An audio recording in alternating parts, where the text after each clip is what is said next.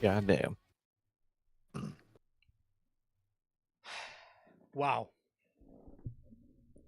Wow. Man. We have to talk about Dynamite. We get generational cinema tonight. And we have to talk about Dynamite first. Holy shit.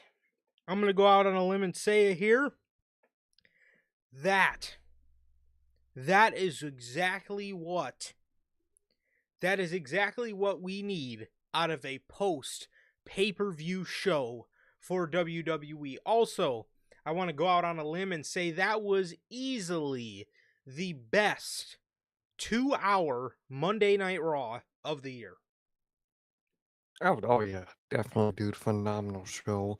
Crazy ass great shit on that fucking show, man. Holy fuck. Wow. I don't even know where I don't even, man. Wow. Just what what an incredible night of Monday Night Raw. And that is to all the people that say Monday Night Raw doesn't work at 2 hours.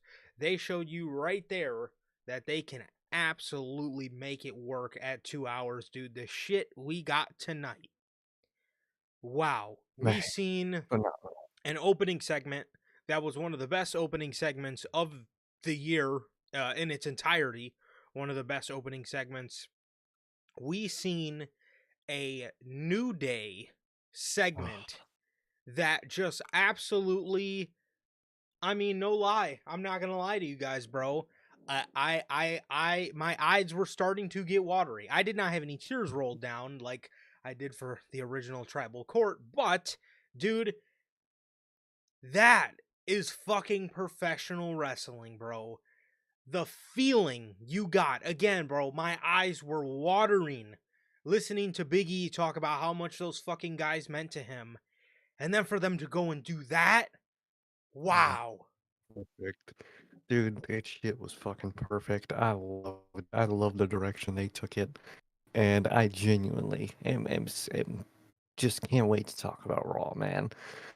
Sadly, we have to talk about Dynamite first, but dude, it was truly, truly phenomenal, and the Earring Awards just got a little harder. Dude, wow. Fuck. Fucking wow, bro. That was that was nuts. I have my prediction about it, and I have Same. my prediction of I what I think we will see and when we will see that. But I We'll get mean, to that. yeah, we will definitely get to that for sure, man. But wow, again, I can't say it enough. Whoa, Belle, she's Well, here as she's going to bed. yep. Wow, Belle, man, that is up there with the Chicago Raw from March. Hmm. That is up there Oh with yeah. the June Raw from Corpus Christi, and that is up there with those two episodes, man. Wow, good God, Phenomenal, dude. that was fucking insane, bro. That was fucking insane, man. What is going on, everybody? We are back with yet again another edition, and not to mention, we got a fucking Drew McIntyre return, Ooh, let's go, dude. bro. Let's go. What is going on, everybody? We're back with yet again another edition of NHP, another edition of Unscripted, and with that, what is going on, everybody, man? And if this is your first time watching, guys, do not know how the show works. Every Monday, we're on here after Unscripted we're on here after Monday Night Raw with Unscripted, rather. And we are on here at Friday at 4 p.m. Central with the news, man. If you guys did miss, as well as after the pay per view for both after the pay per views for both WWE and AEW live directly after with the post show review, and with that, man, if you guys did miss all the shows from the weekend, the Survivor Series War Games post show, as well as the news, AEW picks up a 1-year option on Ricky Starks. That is available for you guys. Both of those are available for you guys on all platforms. That is Anchor, Spotify, Google Podcasts, Apple Podcasts, and if you want to see it first, join us right here live every single pay-per-view or after every single pay-per-view for both WWE and AEW, as well as every Friday at 4 p.m. Central with the news, man. Also, if you guys have not got a chance to get your hands on some of the official NHP merchandise, you guys can now find this live on the merch shop. That is bonfire.com. Links at the top of the description of this very video, man, where you can get this beautiful piece of merchandise to commemorate the rebrand of NHP with the official next chapter design, as you see on your very screen, man. With that, if this is your first time watching and you guys do not know who we are here at NHP, I am Johnny, one half of the host of this very show. And as for the other half, we got my man Sir K here. How the hell are you, bro? You know, it was going good today, man. I'm seeing what's happening on Raw. I'm getting excited. I can't wait to talk about it. I got all these predictions for what's gonna happen, man. I come home, I sit down, and I realize, well, fuck. I gotta talk about Dynamite first, man. So the next hour won't be too fun. Well, it'll be fun for all the bad reasons, but it won't be too fun. But then we talk about Raw. So you know what? It was a pretty good day, man. It was a real good weekend. Real good week, man. Survivor Series, Thanksgiving, back in full gear weekend. That was good, man. So it's been good, man. It's been good. And back to reality now, man. But hey, we got um Saturday night main event coming up. I'm excited for that, man. So I'm excited, man. We had the gaming stream yesterday. That was really fun and really good. I can't wait to run that back, man. And everything's going good, man. Everything's been good. Like Durante always asks, how's life? How's the family? Life's good. The family's good. How is everybody doing in the live chat? How's everyone doing watching the replay?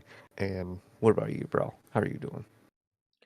Doing great, bro. Doing great, man. Just watched an excellent night of professional wrestling, man. I can't believe my Mondays would have ever in a million years have been this enjoyable. I have myself a ball watching Monday Night Raw, Mhm. and that is what I am looking for in my professional wrestling, man. But doing good, man. As we wind into the month of December, now doing good, bro. Doing good. And as Durante always asks, I'm good. Family's good. And what about you, Durante? Logan, Bell, how the hell are you guys doing? And thank you guys for joining us as always, whether you guys are here now or a part of the Replay Mafia. My guys, JT and JB. Thank you guys for joining us as always, and thank you guys always for being here, man, and hanging out with us, bro. So, man, God, wow, what a phenomenal episode of Monday Night Raw, incredible. Truly, dude. Man, so fucking good. Absolutely incredible, bro. Absolutely incredible, man. But wow. Wow. Well, Ready to talk about the real cinema? yeah, man. Quick side note before we get started on Dynamite, bro. You know I didn't even catch this until I seen clips back. You know how we seen the Nakamura trap remix on SmackDown? Mm-hmm. You know the song was different on Survivor Series? It was? Yeah, it was. Huh. The the because I went back and watched it back on Sunday. Yeah, last night. I went back to watch it back because the song kept getting stuck in my head. And I was Mm. wondering, I was like, why didn't this get stuck in my head on Friday? And I went back and watched the Friday one, and the Friday song was different than the Survivor Series song. The Survivor Series song was a lot better.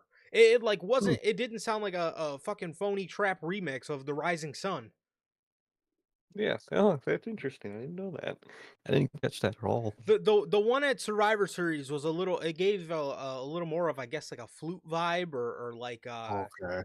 just Like an like, actual instrument, yeah, not yeah, a yeah, yeah, trap beat. yeah. But yeah. Quick side note there, but yes, Mm. I'm doing good, man, and thank you guys as always for joining us, bro. But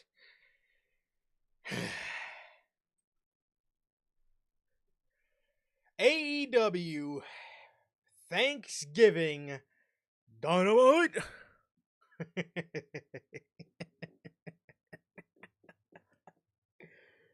Oh Dog.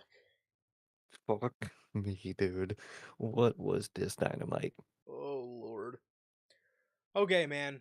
So here's the thing. We watched. What's the matter, man? Why do you look so... Dude, I don't want to talk about this shit, bro. I don't want to. It's just. Oh It's so god. bad, dude. It's so bad. Oh, this is phenomenal. Okay, I hate it. so Sir K, I understand. I under to my knowledge, you took a peek at Collision this weekend, and what was, if I may ask, man, what was your favorite move you seen on the show, or what was your favorite finisher you seen somebody perform on the show? By just out of curiosity. I think it might have been Hangman Page. And it Mm. wasn't the Deadeye. It wasn't Deadeye. It was his other one. What's that called? What's that called? Oh, here's how Tony Schiavone would say it. He would call it the Bloodshot Lariat. Yep. This fucking guy. We're fucking sadly watching this show Collision, Oh and this man god. Hangman hits a buckshot, and Oh. you just hear Tony Schiavone go, Bloodshot Lariat, Bloodshot. Buckshot Lariat. This commentary team, they've seriously after the dude from the events of Full Gear up until Now now are it's solidifying themselves as the GOAT of the worst commentary team ever. they bro. They might be, bro. This shit is so bad. Man, I'll we'll get to that one, dude. But fucking a, like, dude, back in Full Gear, bro. Malachi back. How, Swing and a miss by Malachi Black. Swing and a bro, miss by Malachi back. the Bloodshot Lariat. I can't wait Homie. to see Malachi back in WWE because what the fuck? Hopefully commentary will fucking say his name right. Alistair back. Maybe he'll be Malachi out. Dude, it's 24/7. Fuck up after fuck up after. Dude, it's so bad. Commentary, this is just the sloppiest commentary team in history. They have to be. God. The show emanates from Chicago, Illinois. They managed to squeeze themselves 4,400 people in the venue. And we were not any of them. No, absolutely not. You know, at this juncture, you probably couldn't catch me dead at a fucking AEW show. Yeah, there's no way No. at this juncture, bro. But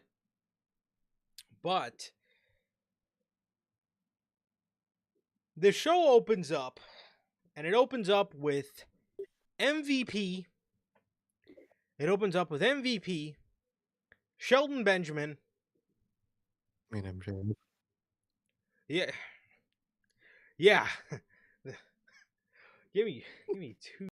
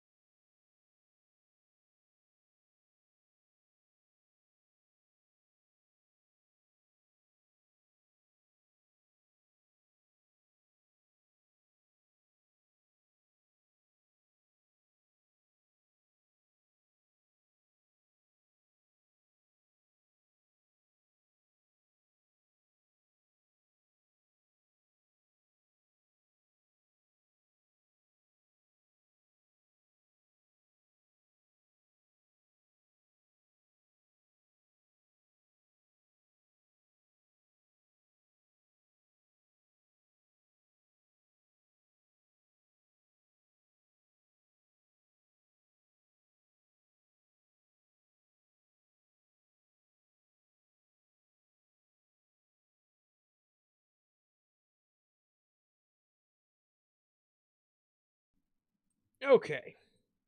Okay. My apologies. I needed to nip that in the bud before that got progressively worse. However, so the show opens up with MVP, Bobby Lashley, and Shelton Benjamin, or the designer of the design the designer of the Hurt Syndicate. I can't. Fuck, man. It is the orchestrator of this whole hurt business, MJF, MVP. MJF. Oh How God. do they share one letter? Ugh. They share a single letter and you're still fucking it up. How do you confuse that? MVP is out there. He's doing a hype promo for these guys. He says he is this is the equivalent to standing next to Walter Payton and Michael Jordan. He talks a little bit about the Swerve match. He talks about how Bobby Lashley dominated Swerve Strickland at full gear.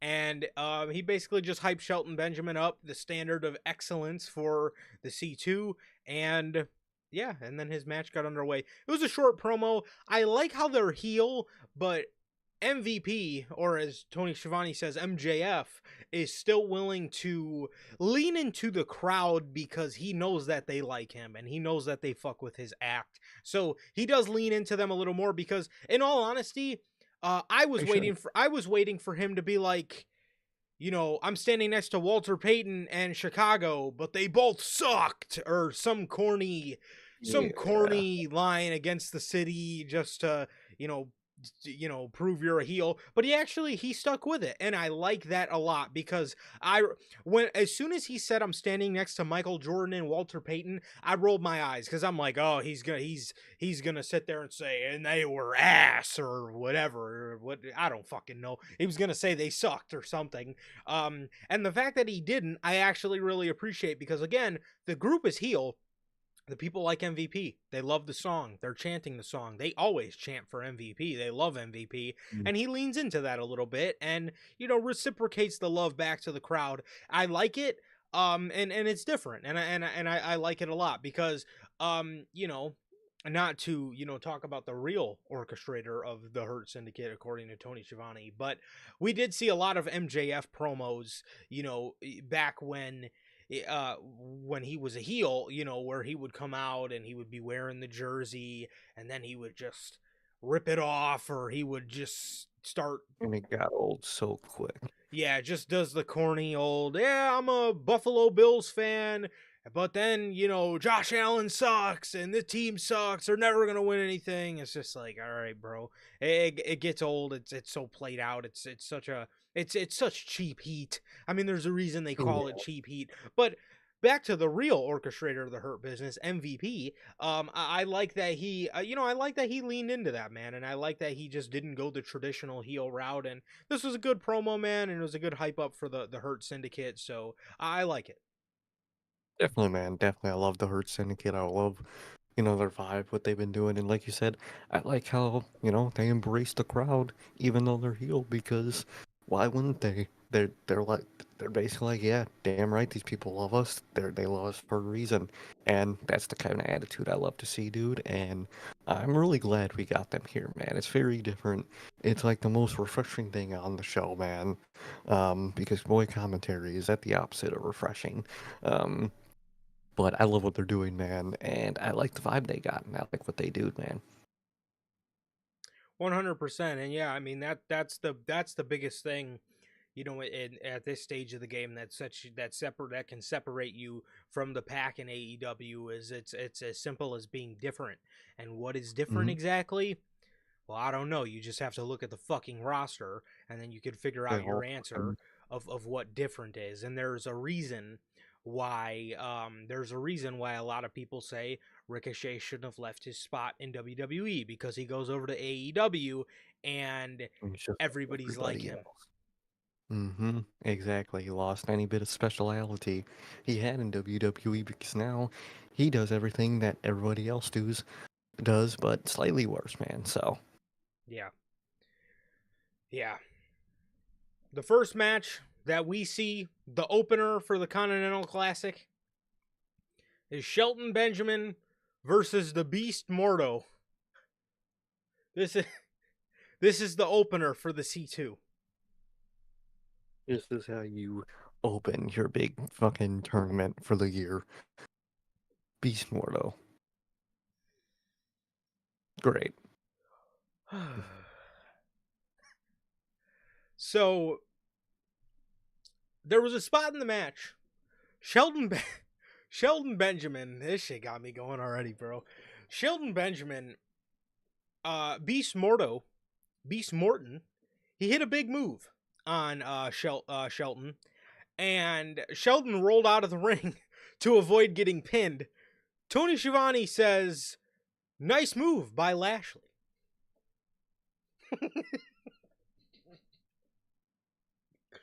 Ugh.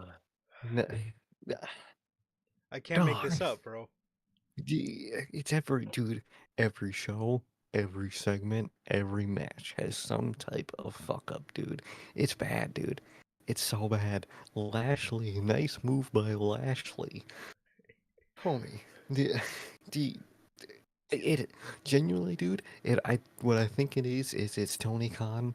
He won't shut up in their ear. He's rambling about this and that, and remember you guys talk about this. Remember to bring this up. Remember, I know that's all they hear in their head, dude. And oh, dude, that sounds like hell. That sounds like absolute hell. Talk about how Lashley beat Swerve. And then Tony Schiavone goes, nice move by Lashley. Because he's got some fucking the hyped up dork in his ear, fucking him up, dude. I know that's how it is. This is too funny, bro. Shelton Benjamin beats the Beast Mordos with the Exploder Power Slam suplex that he's been using as his finish. It's a decent open to the C2. Again, name value wise, I don't really. I thought they would have maybe opened with something a little more hot.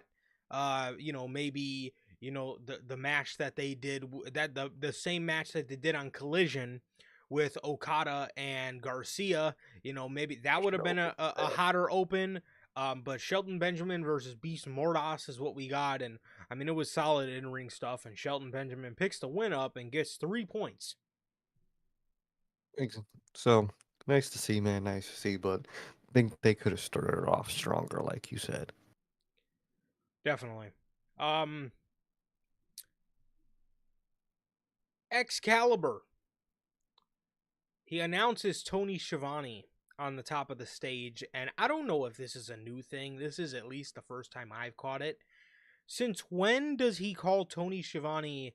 You know how he refers to Renee as the Remarkable. I mean, we all know it's not like he fucking says it 20 times a night. Moving you over to the Remarkable Renee Paquette. Didn't he fuck it up one time too? Didn't he say like the Renee remarkable? Paquette. Oh, okay, that was the fuck up. Renee Renee Paquette. Cockett. All right. So he's Tony Schiavone standing on the stage because he's about to interview Mercedes, and Excalibur says, moving on to the inevitable Tony Schiavone. The inevitable? Is he fucking Thanos? I guess he is Thanos, bro. He's inevitable. It's Tony fucking Schiavone. Can he fucking snap with the Infinity Gauntlet and Dynamite will move away from the 7 o'clock time slot on my fucking TBS network? Can he snap Tony Khan away from this company, man? Because fucking hell, he's the inevitable. I can't wait till he fucks it up, dude. It's gonna be great. It's the irresistible Tony Schiavone. The inevitable Tony Schiavone. Come on, bro. He's gonna do it, dude. He's gonna do it. I know it. The inevitable Tony Schiavone is on the stage, and he's interviewing Mercedes Moné. He asks Mercedes how she feels about having the longest match in AEW women's history, and what people are saying is the women's match of the year. Mercedes says it feels like money and gets no pop. I mean, pop. all 4,000 people. What are they gonna fucking pop for? I'm not watching money. Why would I pop for money? The way she said it feels like money and fucking smiled, and then there was like this awkward pause where I don't know if people were supposed to cheer. Nothing. There was not a fucking ounce of noise in the arena. Because, dude, what? Mercedes says it feels like money. She got no pop. She says Statlander gave her one of the toughest fights of her career, and she proved she is one of the best. And she showed how and then Mercedes is talking about herself now. She says, and I showed how a real woman can get the job done right. And Camille, since you can't get anything right, you're. And Camille cuts her off. She says, "Shut up." Oh, She wait a second, says, everybody. dude, she says in one of the worst. And I'm so serious when I say this. This was one of the most traumatizing acts of speech I've ever seen on a professional wrestling television. On professional wrestling television, rather. She says to Mercedes, "Are you stupid or are you dumb?" That's the fucking Baron Corbin the 2016-17 Baron Corbin cadence. Are you dumb? You can't fire me because I quit. Mercedes Oh, starts freaking out. "What? You can't quit on me!" As if she wasn't just about to fire her. "What? Where are you going?" Holy shit. bro. Logan says in the comments, do you know any woman that has been booked worse than Camille in AEW? Genuinely?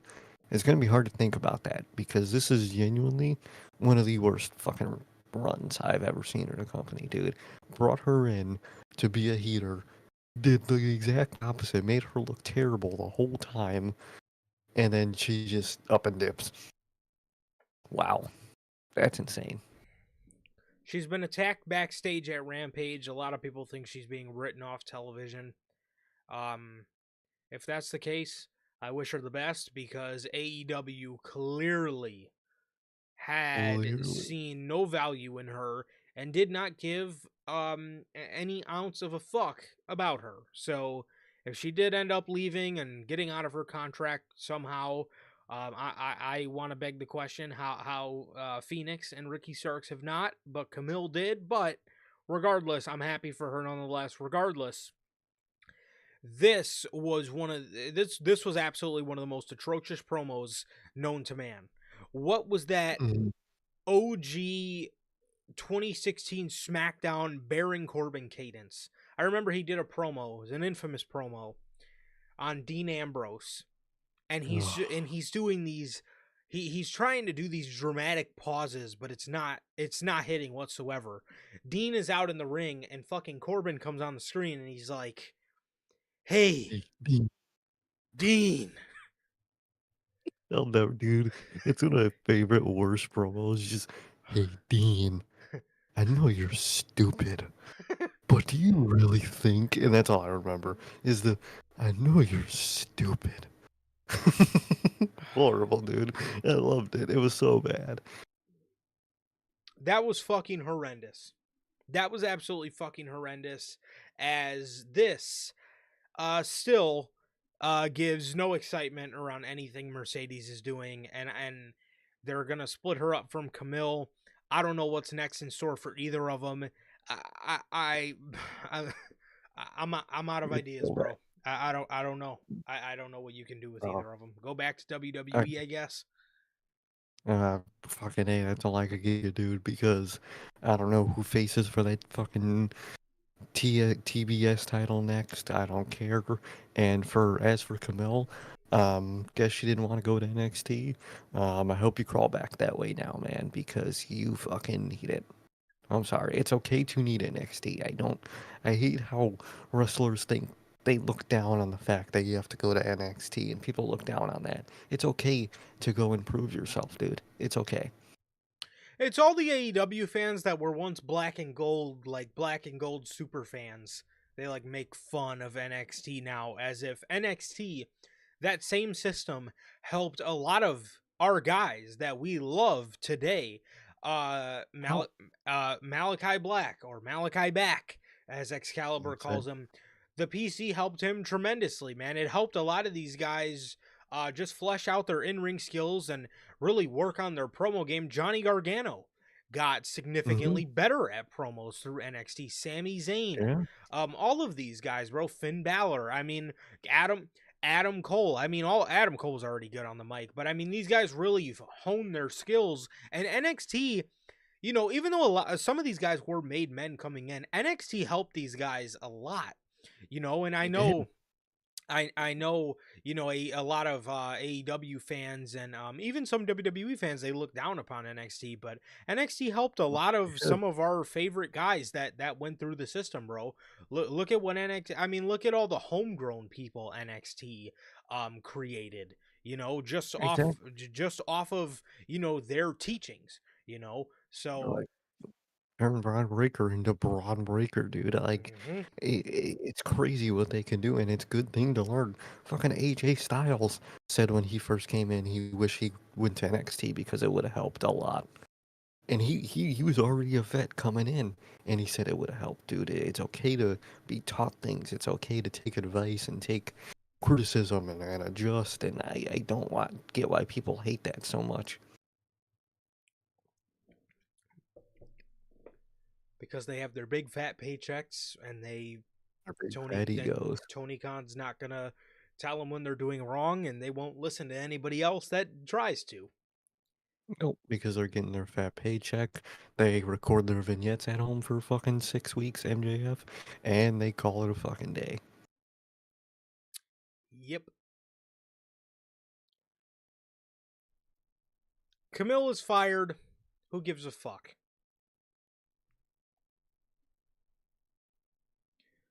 Speaking of don't give a fuck, Jericho versus Ishii 2. Jericho wins via Judas effect. Do you have anything to say on this? Peak. Really is, dude. This is peak television. Jericho versus Ishii. d- d- d- for the ROH title. Homie. Every element just gets worse. As you can see, the priorities on the show are severely Like, ass backwards. mm-hmm.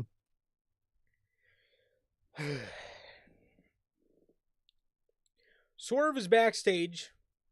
The remarkable Renee Puckett. Renee, go get.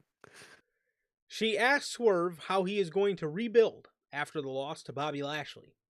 Swerve says, Swerve says, Swerve says rebuilding is a thing he does very well, and he's never been hit that hard. Caster walks by and he's laughing. Swerve asks him, he says, "Hey, yo, my man, what's funny?" Caster says, "What's funny is you and how you lost at the Prudential Center, the same building I beat you to win the tag titles in." Max, you beat Swerve Strickland for the tag titles at Arthur Ashe Stadium, not the fucking Prudential Center. Where you You guys lost. won the rematch at the Yeah, Prudential like, Center. You did uh, not win the titles. You did not win the titles at the Prudential Center. You retained the titles in the Prudential Center. like, it was a whole point of contention at the time. We wanted you to fucking, we wanted that to happen. It didn't, and we had to wait till the fucking next thing. Do you not remember that? You were the one that was physically involved in that on screen. You don't remember? I guess he doesn't remember winning the titles at Grand Slam and Arthur Ashe Stadium. I guess to him it was the Prudential Center in fucking New Jersey. Okay. He All right. says Swerve used to be like a house of fire. Like a house of fire, he says. That's funny. Swerve then, you know, realizes his wordplay. House of fire, fire, house. Eh.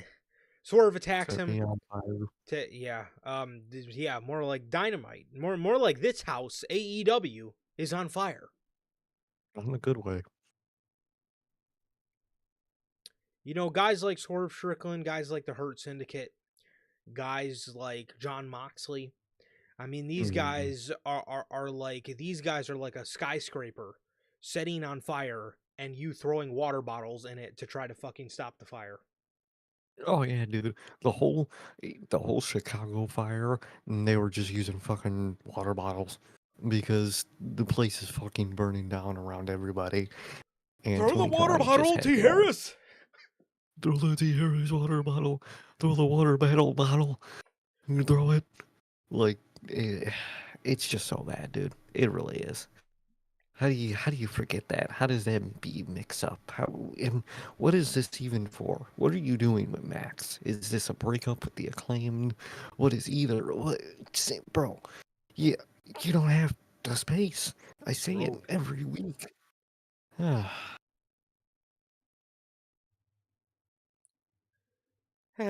Yeah. I don't know. I don't know what the fuck they're going for, man. Singles Max Caster, I I they I called me. I don't know. I don't know, man. God, they would Ain't making it. I'm sorry. man, I mean that I'm not even gonna say what I was gonna say because I already know that there's people that think we're fed meat riders, but dude, holy shit, would those guys be better with a change of fucking scenery? For the love of God, Why wouldn't they, dude? It'd be great. Or you know what? AEW would be better with a change of boss. you ain't lying, bro. Adam Page, Tony Schiavone is in the ring. He goes to ask Page a question. Hangman calls out Christian. Hangman, well, he rips the mic before Tony can ask him a question, and he calls out Christian for failing to get the world championship. He then sets his sights on the world title. He says it should have never been Swerve, it should have never been Bryan because that title is and always will be mine. Jay White comes out. He reminds him that he lost to him twice. So if anybody is going after the king and if anybody's going after the championship, it's going to be me. I actually really like that because in my head, the whole time I'm thinking to myself, didn't this fucking guy You just lose can't. on pay-per-view? Exactly. So the fact that we had Jay White come out there and try to, right that wrong a little bit and kind of, state the obvious. I think that's what we need in AEW. I think we need a lot of stating obvious, and I think a lot of their problems would be fixed. But everybody Oh yeah. wants to deny the obvious, and that's their biggest problem. Um, Jay White, um, so Jay White says, if anybody's going after Moxley, it's going to be him. The Death Riders attack Adam Page and Switchblade Jay White. They're attacking them. Marina Shafir's hitting him with the briefcase. Jay White gets fed up. He goes to hit a Blade Runner on Marina Shafir. John Moxley chokes him out. He then throws when Jay starts to fade, he throws him at Marina. She sort of puts his face in her chest and almost does like a backwards sleeper hold. As Jay White is going out, they hit him with the briefcase. As Excalibur says, right off the face of Switchblade. Right off the face of Switchblade. Switch Bade. Switch Bade. Jay Switchblade. White, the Switch Bade. Homie. Switchblade Jay White. Like, yeah.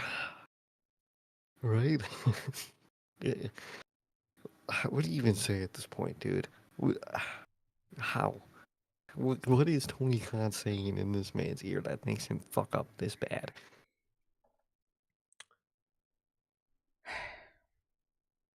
Uh, I don't even know, dude. I don't know either. Honestly, bro, at World's End, personally, I don't know if I would add Christian to that match. I would probably keep it a triple threat at Switch, Hanger, Hmm. and Mox. I feel like they will end up adding Christian, but that's up to them. I just feel the match quality will be better.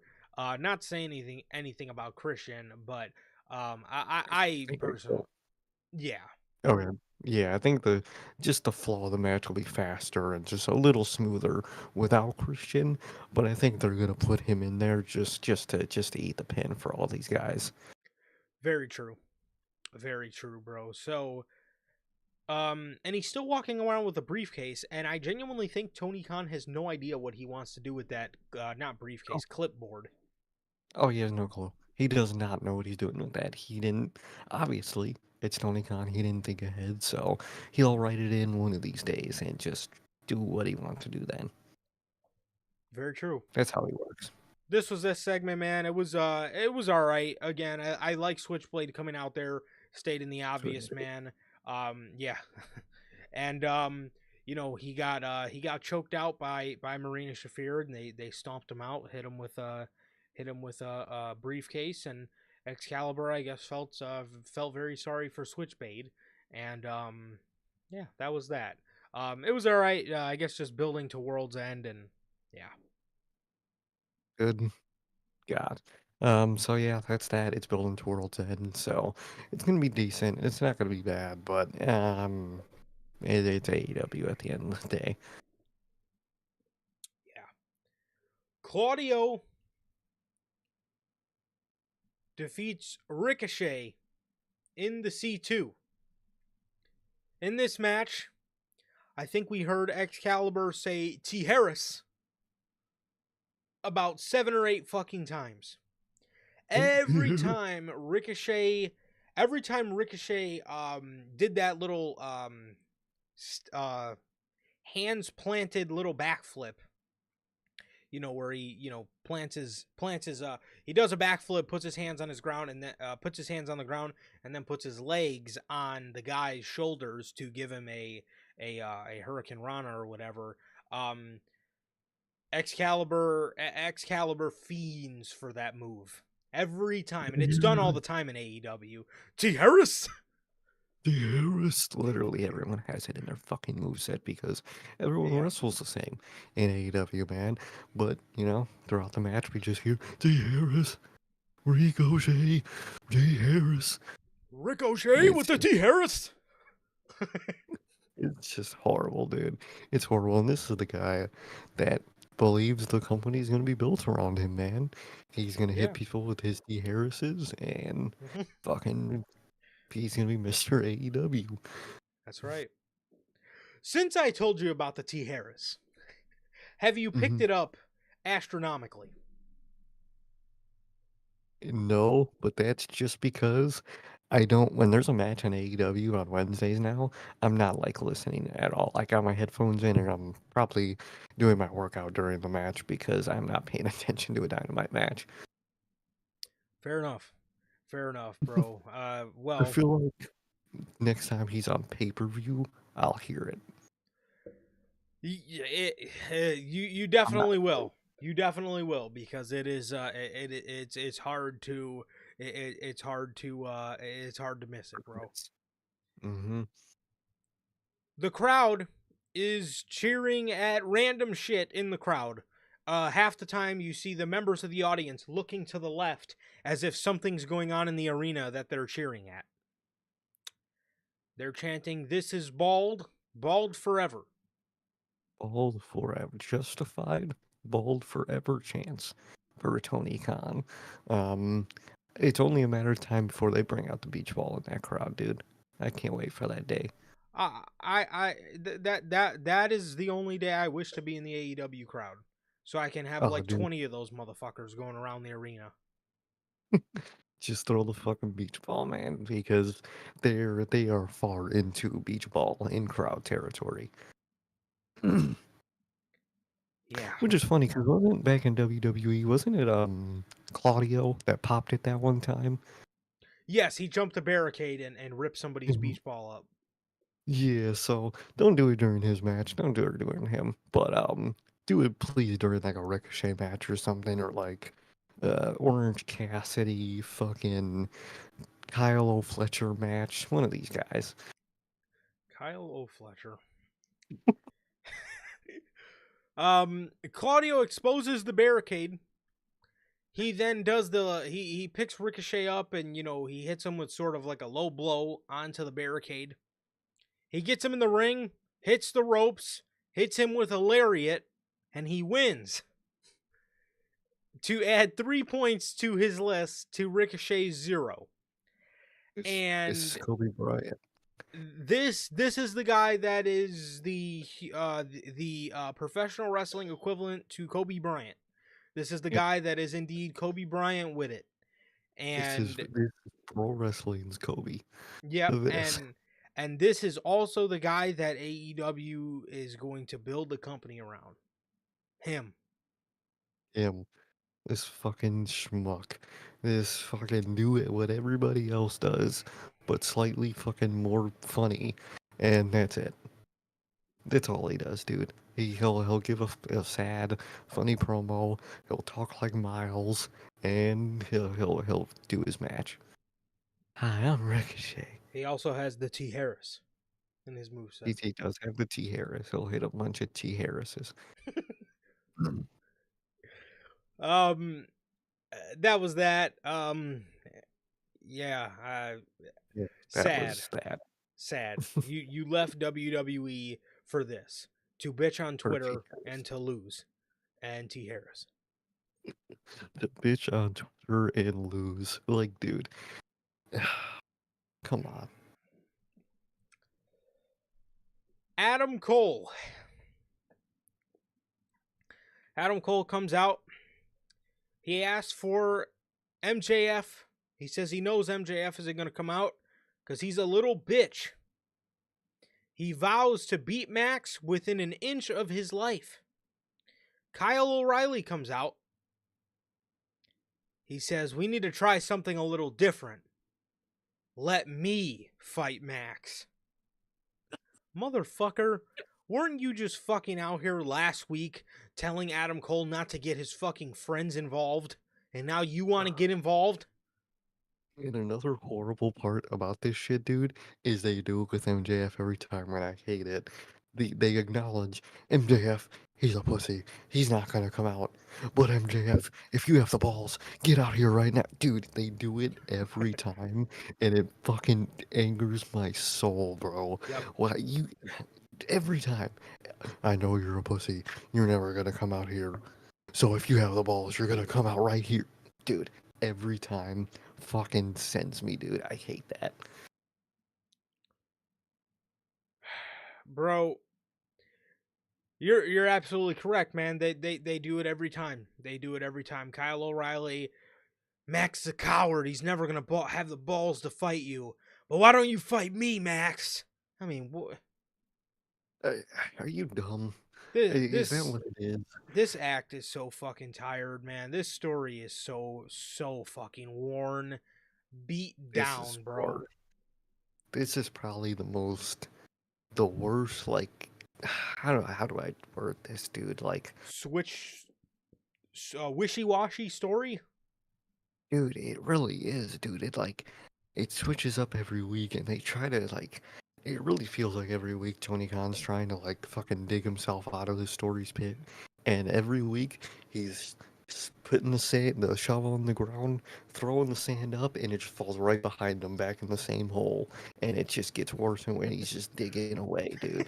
And it's just the saddest shit ever, dude. How are you gonna come out there say MJF's a pussy? It needs to be different. I want to face him, so MJF, if you're not a pussy, come out here. Bro, are, are you dumb? Cause that's why I feel bad, because I know Kyle O'Reilly's not that fucking dumb. I know Adam Cole's not that fucking dumb. I know none of these people are actually this dumb. But you've got Tony Khan sending out these people to do this dumb shit. It's horrid. It is, bro. It's a fucking crime. Adam Cole says, Kyle, you need to stop. He says, I listened to you, and I don't want my friends fighting my battles for me anymore. Kyle says, and I knew he was going to say it, this isn't about you, Adam. This is for Roddy. Bro, yeah, this is for Roddy. So, to sum it up, bro, to sum up this storyline, Adam Cole comes back. He wants to face MJF.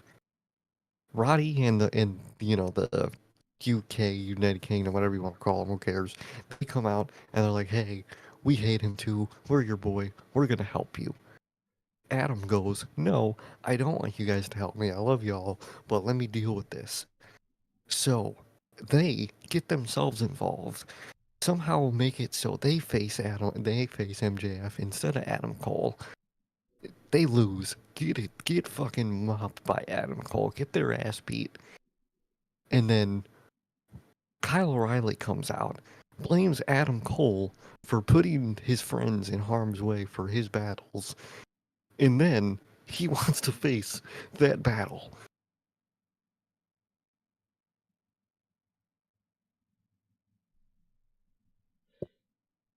Bro, what? What?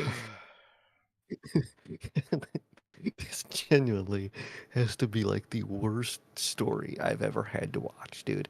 With how much they fucked it up.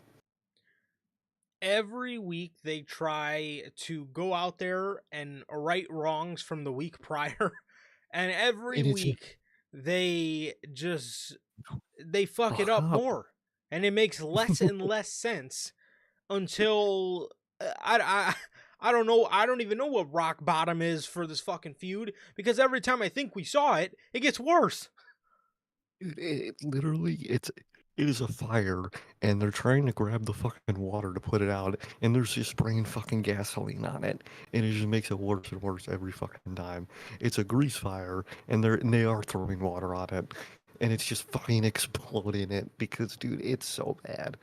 It's genuinely so bad. This is like the worst thing I've ever seen. One of. This is the worst handling of a major story in AEW history. Oh, easy, dude. Easy. They flipped it on its ass fucking so many times, dude. So many fucking times. I mean, this man Tony Khan does not fucking know what he's doing, man. I'm sorry, bro. He does not. And again, you have Kyle O'Reilly deliberately out there every week saying, "Don't get us involved. Don't get us involved. Don't get us involved." MJF is a different guy. We don't want to, stop getting us involved. First of all, Adam Cole did not want them involved, and second of all, then why the fuck are you getting involved now?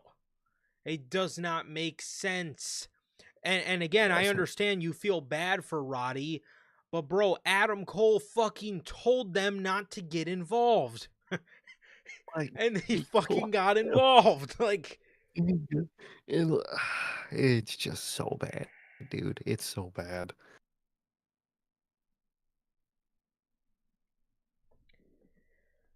horrific. Hmm. Truly. Jamie Hayter defeat Queen Aminata with a haterade. After the match, there was a lone spotlight on the stage. I'm assuming alluding to Julia Hart. Yeah. So I'm sure we're gonna get that soon, man. So that would be exciting. I mean, like this, it's one of those things where Julia Hart versus Jamie Hayter, that should be exciting as fuck. We should be hyped for that shit.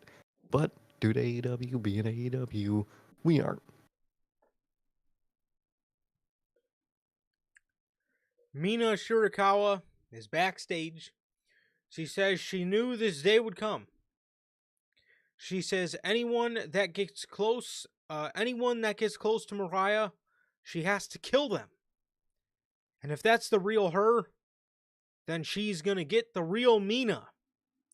Mariah May runs up behind Mina and busts a bottle over her head, and Mina goes down.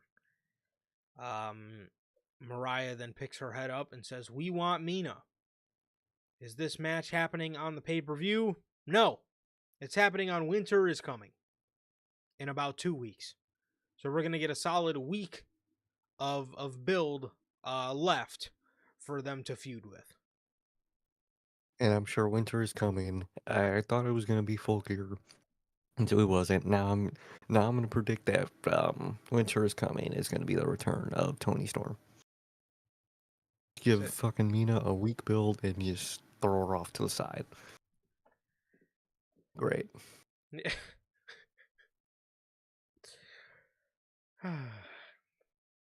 Great. main event, another C2 match, Brody King versus Darby Allin. Darby Allin hits a coffin drop to Brody on the outside. He then puts Brody in the ring, and he goes for another coffin drop. Brody counters it into a sleeper hold. He does his like power bomb type pile driver. I think it's called like Dante's Inferno or something like that. You know, he has him in power bomb Yeah. position, and then he, you know, kind of power bombs him down into a pile driver. Um, and Brody King wins. He beats Darby Allin here. So Darby Allin, they are definitely building up one day for Darby Allin to eventually beat Brody King, man, because he has never been able to beat him. This was really good action. I like this. I like both competitors, and it was good stuff. I'm just still trying to fucking figure out why Darby Allin is in the C2. I really am. I'm trying to figure out where they're going with this. I really am. Always a good match between those two. Those two will always give a good match against each other. But don't know why Darby's in this tournament in the first place, dude. I really don't. I don't either. Claudio comes out after the match to jump Darby Allin, and Brody gets back in the ring to protect Darby. So I like that. There's a little bit of respect there from these two. Yeah, there's a little bit of respect there, and he just yeah, I mean there's respect there, and he wasn't willing to let Darby Allin just sit idly by and get his ass whooped. Exactly. That's a cool moment. I always like when people do that when they have like those moments. For sure. Actually, Darby lost at Wrestle Dream, right? I'm pretty sure he did. Did he get a win against him before? Oh, shit. Never I mind. thought He he did did one beat time. Brody. Yeah, I was say I thought he did one time. Was it like Oh, what was it, a coffin match? no. It says Or, he won by pinfall. hmm, no, look at that. I remember I thought he got one up on him before. Yeah, well, regardless, he loses to Brody King here, and yeah, again, I mean, he is not going for John Moxley, and well, at least not until a while. He's not going for John Moxley. He's stuck in the Continental Classic, and he's stuck in the God, this show. He's stuck in the C2 and taking losses, man. So I wonder what his end score is going to be. But I think a loss to Brody is okay. And Hmm. I honestly wouldn't be shocked if he had to lose a lot more in this tournament, man. Which I mean, at the end of the day, how the fuck are you going to try to portray to me that this guy is set to go up against John Moxley? If if he comes out of this with a bad Continental Classic score. Exactly. So I'm very scared and just worried to see how they're gonna do this. How they're gonna do this with Darby. For sure, bro. For sure. And that was your Thanksgiving Eve Dynamite, man. That was your Thanksgiving Eve Dynamite. It was a pretty lackluster show, man. It was pretty bad, if I do say so myself. And I was not a fan of this show at all, man. I thought it was incredibly. I thought it was I thought it was incredibly poorly booked. Oh yeah, poorly booked. It's the same thing every week with AEW. It's boring as fuck at some points. It's really dumb and on its head on some points. Yeah, your one segment of the night that you really like, and that's it. Definitely. Yeah, you really do, man. You got, you know, a couple ones out of the night that you actually find yourself enjoying, bro, but other than that, man, it is it's a rough watch. And you know, thankfully they have the C2 to kind of lean on for the month of December, Mhm. man, but yeah, I mean, it is regardless, man, everything else on the show was an incredibly rough watch, and yeah, It not really excited for was. next week, bro. Really not, man. I mean, I dread it every week. Yeah, I mean, this show is just this show is absolutely in the dumps, man. I don't even know what to say at this point. It just It just sucks, dude. It really does. Yes, Wednesdays used to be some of my favorites, bro. Now it's the worst. And that is everything for Thanksgiving Eve Dynamite, man. And with that, the official sponsor of NHP, to wake everybody up, now that we're done talking about Dynamite, the official sponsor of your boys here at the Notorious Heels Podcast, man, W Energy. An energy drink loaded with vitamins and nootropics, formulated to improve focus without the jitters, man. W Energy is a clean formula, sugar-free, 0 calories, free from fillers and artificial colorings, with 150 milligrams of caffeine per serving, man. You can get your W Energy products today with the link below and code NHP at checkout to save yourselves 10% off on your next purchase. Thank you to W for being the official sponsor of NHP, man. Really, thank you guys for being the only reason I survive Wednesday nights, man. So, thank you guys dearly. Yeah, no kidding. All right. All right. It's time to wake up. Monday Night Raw.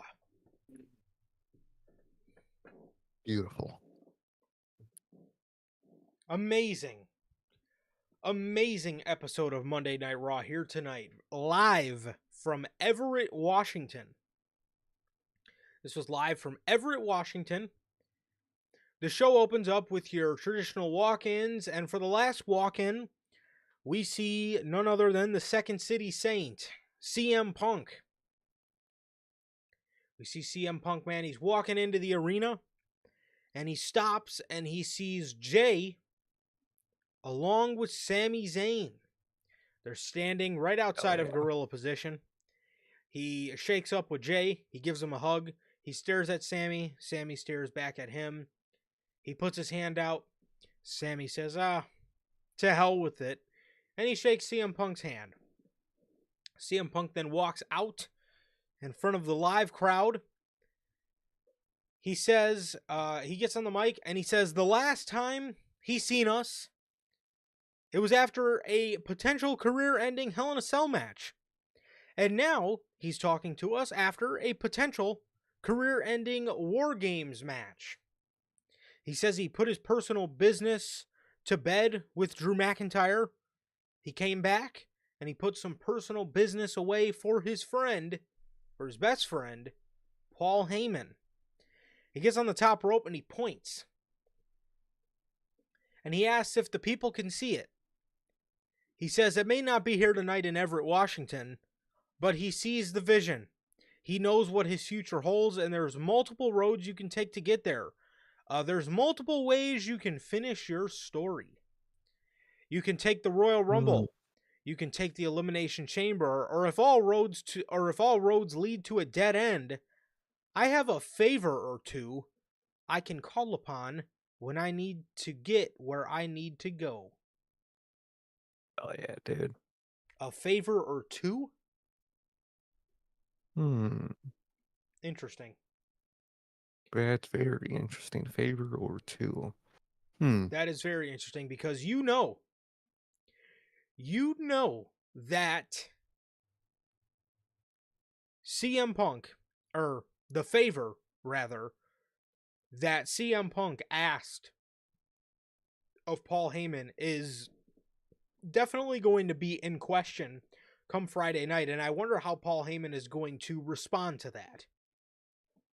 Very, very intrigued to see how that goes. For sure, man. Seth Rollins' music hits as Rollins is back. He comes out and he says he's been thinking a lot, and I really should have knocked your ass out the first day you came back here. And I regret that every day. And I've regretted that every day for the past year. And a lot got in the way. You got injured. I had titles to defend, a bloodline to take down. I came so close the last time I saw you, but I pitied you. Because you were hanging on by a thread after Hell in a Cell, and that was my mistake. As we stand right here, right now, there's nothing in my way, nothing between, or the only thing between us is air and hatred. And I have a feeling tonight is going to be the night I knock CM Punk on his ass. Right. CM Punk responds. He says, "That's your problem. You talk too much and you don't listen enough. I just said I put all my personal stuff beside. I'm long past races with people I didn't even know I was running. 6 months ago, you were a champ. You had something I wanted. Now you have nothing. I know what's in my future, and kid, you ain't it. You've been thinking about me for 6 months. I haven't thought about you at all. I have And the things, AEW. yeah, I have things to do in this business, so get out of my business." Rollins responds. He says, "You talk too much and you don't listen enough. This is my business." He pushes CM Punk to the ground. Punk kind of looks shocked. Rollins tells him to get up so they can fight. Punk gets up and they start scuffling. Not too long before Jey Uso and Sami Zayn get Mm. get involved and break this whole thing up, man. What did you think about the Rollins and Punk side of this whole thing? And how are you feeling about this? And obviously we didn't see Bronson Reed tonight, so it seems like we're going to start moving towards this direction and I guess sort of building people up towards Royal Rumble chases and whatnot. And it looks like whatever Rollins had with Bronson Reed is seemingly off the table, at least for the time being. I definitely think so. I think they're gonna return to the Bronson Reed stuff maybe when one's a champ and one's not. I feel like they're just gonna keep it in their pocket for future use.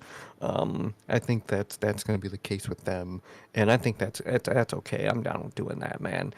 And it's very interesting, dude. I love what they did with him and Punk tonight. I love the vibe those two have against each other, dude. They just don't like each other, dude, and I fucking love it, dude. Um, I love when two people hate each other. Obviously, in AEW, it resulted in backstage fights, and now in AEW, in WWE, we get on-screen gold. So, I love what we're getting, dude. And I'm just excited for all the way all that. I don't know, how all this is gonna go. What could be the Mania match? What's the favor? And I'm sitting here and I'm just watching and I'm excited, dude. I'm really excited to see how this goes, dude. I love what they did tonight. I love the brawl between those two. Um, I love the vibe those two have against each other, and I think it's just greatness, dude. I love it, and I really like how it was Sammy and Jay that ran out there to break those two up. The people that Seth was probably end up gonna help if Punk didn't step in and help, and I like the dynamic they're building with all this, dude. Absolutely, man. I loved Rollins' serious demeanor. Mm-hmm. I always love when Rollins is dead serious. I always think when his character has some sort of hatred, it brings out the best It's in just him. great. Mm-hmm. Yeah, I think it brings out the best in him. And um, as for the stuff being put away with Bronson Reed, yeah, I feel they eventually will come back to it depending on when Bronson comes back. I cannot wait to have him back. I'm gonna miss him huge, depending on how long he's Oh, out. 100%. Hopefully not long, but Rollins, um, yeah, as for Rollins and Punk, man, it looks like they're going to go towards this direction of Rollins trying to get his hands on CM Punk, almost being obsessed with CM Punk, and CM Punk isn't thinking about him, and this could all culminate at the Royal Rumble where Rollins eliminates Punk to make Punk think about him. And then Mm-hmm. if Rollins does not win the Rumble either, which I don't see happening, he maybe could eliminate CM Punk from the Elimination Chamber as well. Or maybe Punk eliminates him. Rollins doesn't leave the cage, fucks Punk out of that, which sets up a Mania match for them. I think these two are. I think these two are on a roller coaster ride straight to WrestleMania, man. I think they are. I think it's just gonna be just fucking each other over back to back to back till where they're just like, okay, fuck this, I'm done just brawling. Let's settle this. Let's settle this at Mania, dude. I'm excited, dude. It's gonna be a fucking great feud. I'm excited. Yeah, it almost reminds me of. What I think they're gonna do is something along the lines of like what John Cena and The Miz did back in 2017, where like Cena eliminates Miz from the Royal Rumble, and then he eliminates him from the Elimination Chamber, and like Cena's To like him, it's nothing. Cena's not even thinking about it. He's just like, oh, Yeah, there goes exactly. Miz. Like he's not thinking about him at all. But the Miz is But just to like me, looking back, and he's just you like, yo, like what, why do you keep doing this to me? So and then he eventually ended up costing Cena the WWE championship in the chamber. I could see something like that happening with with Rollins and Punk. I definitely think it's going to be more high key. I think Punk is going to be more aware of it, but I think Punk is honestly going to try his best to put Rollins in the rearview mirror and not give a fuck about him, because he wants to win the Royal Rumble and he wants the World Championship. And with Rollins, Rollins is so obsessed and fixated on Punk just continuously being this thorn in his side, he's not going to let it go. And he's going to keep poking the bear until he gets the bear's attention. And then once he does, that they'll be on, like I said, a roller coaster ride to WrestleMania, man. But no, I think that's what's going to happen. And I could see something like that. I could see something like that happening. I could see him eliminating Punk from the Rumble, and I think so. Punk trying to be the bigger man and be like, look, I just you did my job. you fooled me once, shame on me. Fool me twice, shame on you. But or I think it's the other way around, but you get the point. You get the fucking point. Oh yeah, Um, he's going to, he's going to take it as just business. Obviously, it's going to annoy him a little bit, but in the back of his mind, he's going to say to himself, "Well, I still have the elimination chamber to get through, and he's obviously not going to fuck that up for me." But I think Rollins could very well fuck that up for him, and then cause Punk to lose the chamber. Then at that, I think we'll do that. But Logan asked, "Do we see Punk winning the Rumble?" Personally, no. no. I think he's gonna throw Seth over. Seth, obviously, like you said, he's gonna feel some type of way, and I don't think he wins the Rumble though. I don't know if he's gonna be going for a title. I really feel like it's just gonna be those two and just as AEW would describe, a weekly match, a grudge match, but this will be a true grudge match, dude. So I'm very excited, and I definitely think that's the vibe these two are gonna go.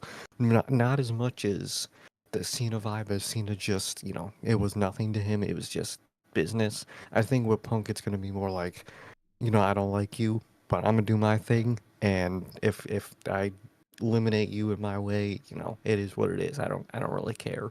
But it's also gonna be Punk because he's that type of guy on screen, probably off screen, or if he doesn't like you, he's gonna poke that bear, and he's just gonna enjoy poking that bear, and then eventually that bear's gonna come back and try to fucking maul him, and it's gonna be great. For sure, man. Logan also asked, who does win the Rumble at this point for both? Uh, Fuck. wow. Um, I really don't know this year, dude. I'm excited because I really don't know who's gonna win this year. uh, hmm. Honestly, Uh, I think it's gonna be John Cena. Hmm. Maybe it could be. It could be. I'd Uh, be down.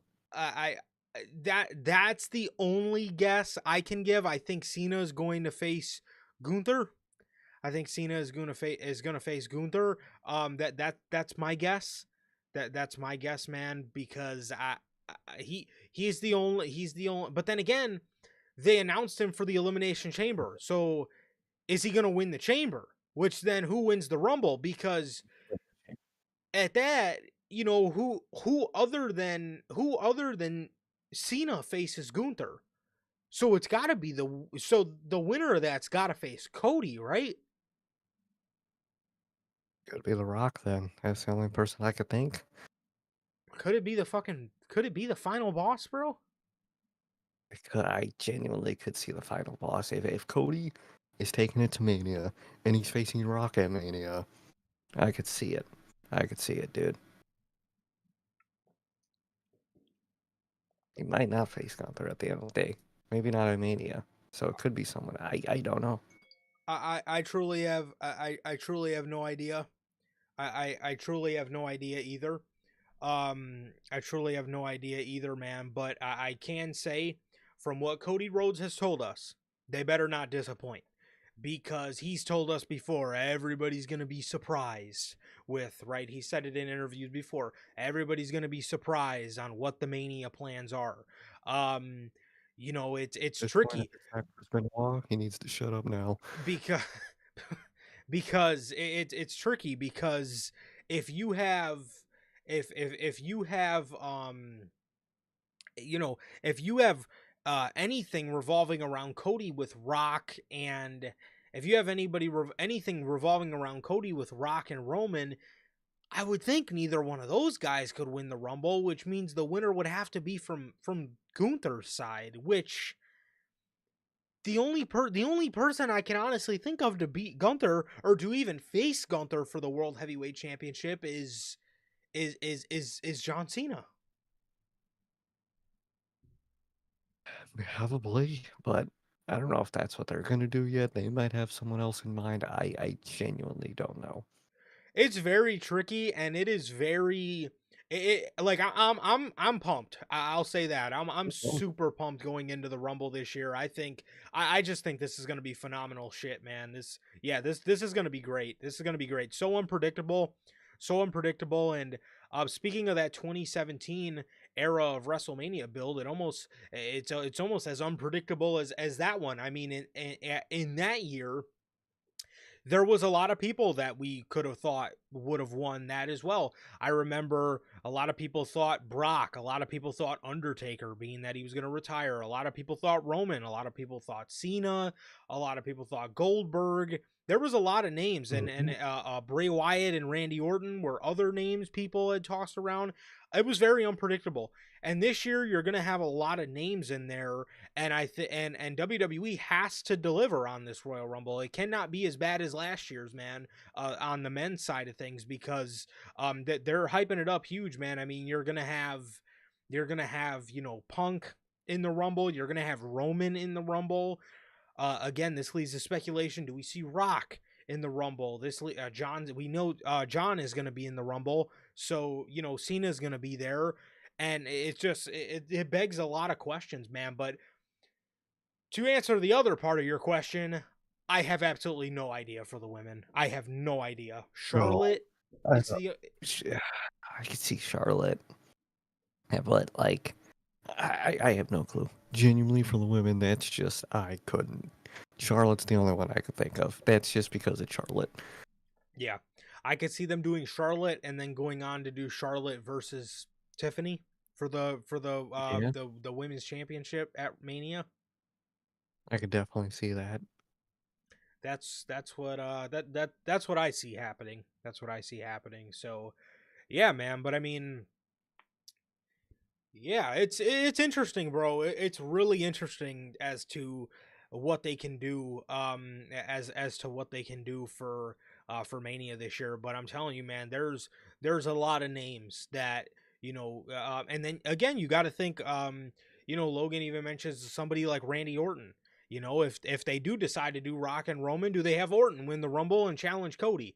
So there's a lot of names in there, man. I mean, Punk, Cena, Orton, um, uh, who am I thinking of? Punk, Cena, Orton, Roman, Rock. I mean, there's literally so many names that you can slot in there to, you know, um, you know, win that. And I mean, who's to say Kevin Owens doesn't take the championship from Cody, and they do Kevin and Sammy at Mania? I don't really see that happening just with everything going on this year. I think they're going to want the WWE Championship involved in whatever Cody slash Bloodline is doing. But just to prove my point, man, it's an unpredictable year, bro, for the Rumble. Completely unpredictable year for everything, bro. So back to the segment. Back to the segment, man. The only thing about Bianca I would love Bianca to win the Rumble and challenge Rhea. I think that would be amazing. Only thing about that is, I just feel they're going to give us Bianca versus Jade at Mania, Well, you know that's what we're getting, dude. which is a huge waste of a Just spot a for waste. Bianca because she's just going to have to Mm, carry Jade to probably what is going to be a very subpar match. But mm-hmm. It's gonna be an ultimate carry job, dude, for no reason. for sure. So um, Rollins, as CM Punk and Jey Uso are on their way to the back, he tells them, "Yeah, go on, go run back to Roman." Sammy says, "Whoa, whoa, whoa, whoa, whoa." Sammy says, "Look, I get you're mad and I get you're angry. I get your adrenaline's going and you're upset, but do not talk to Jey Uso like that." Rollins says, "You're right. I shouldn't have went there. I shouldn't have went there. They're family. I shouldn't have gone there. My bad. Jay is family." But what's your excuse? Because you're not family. He says, the crowd starts chanting Sammy Uso. Rollins says, "I love Sammy Uso, but if you're family with Roman, then you gotta be family with me. We came up in this business together and traveled down these roads for over 20 years. We're family too, man, and you stabbed me in the back when you teamed with Punk and Roman." Sammy says, "Let me remind you something. I didn't ask to team with CM Punk. Do you think I wanted him as my partner? Because I didn't. But he was willing to help and I was willing to take it. I didn't want him. I wanted you. In fact, I asked you twice and you said no twice. We wouldn't have had to get Punk if you would have teamed with us, but you're too damn stubborn." Seth says, "Am I losing my mind here, or can you remind me? What did you want me to team with you to do?" "Oh, that's right. Help Roman Reigns to help that monster regain his power." Sammy says, "Let me remind you of something else. That monster, Roman Reigns, you created him. You created that monster when you put a chair to his back 10 years ago, so don't act like like your hands are totally clean in all of this."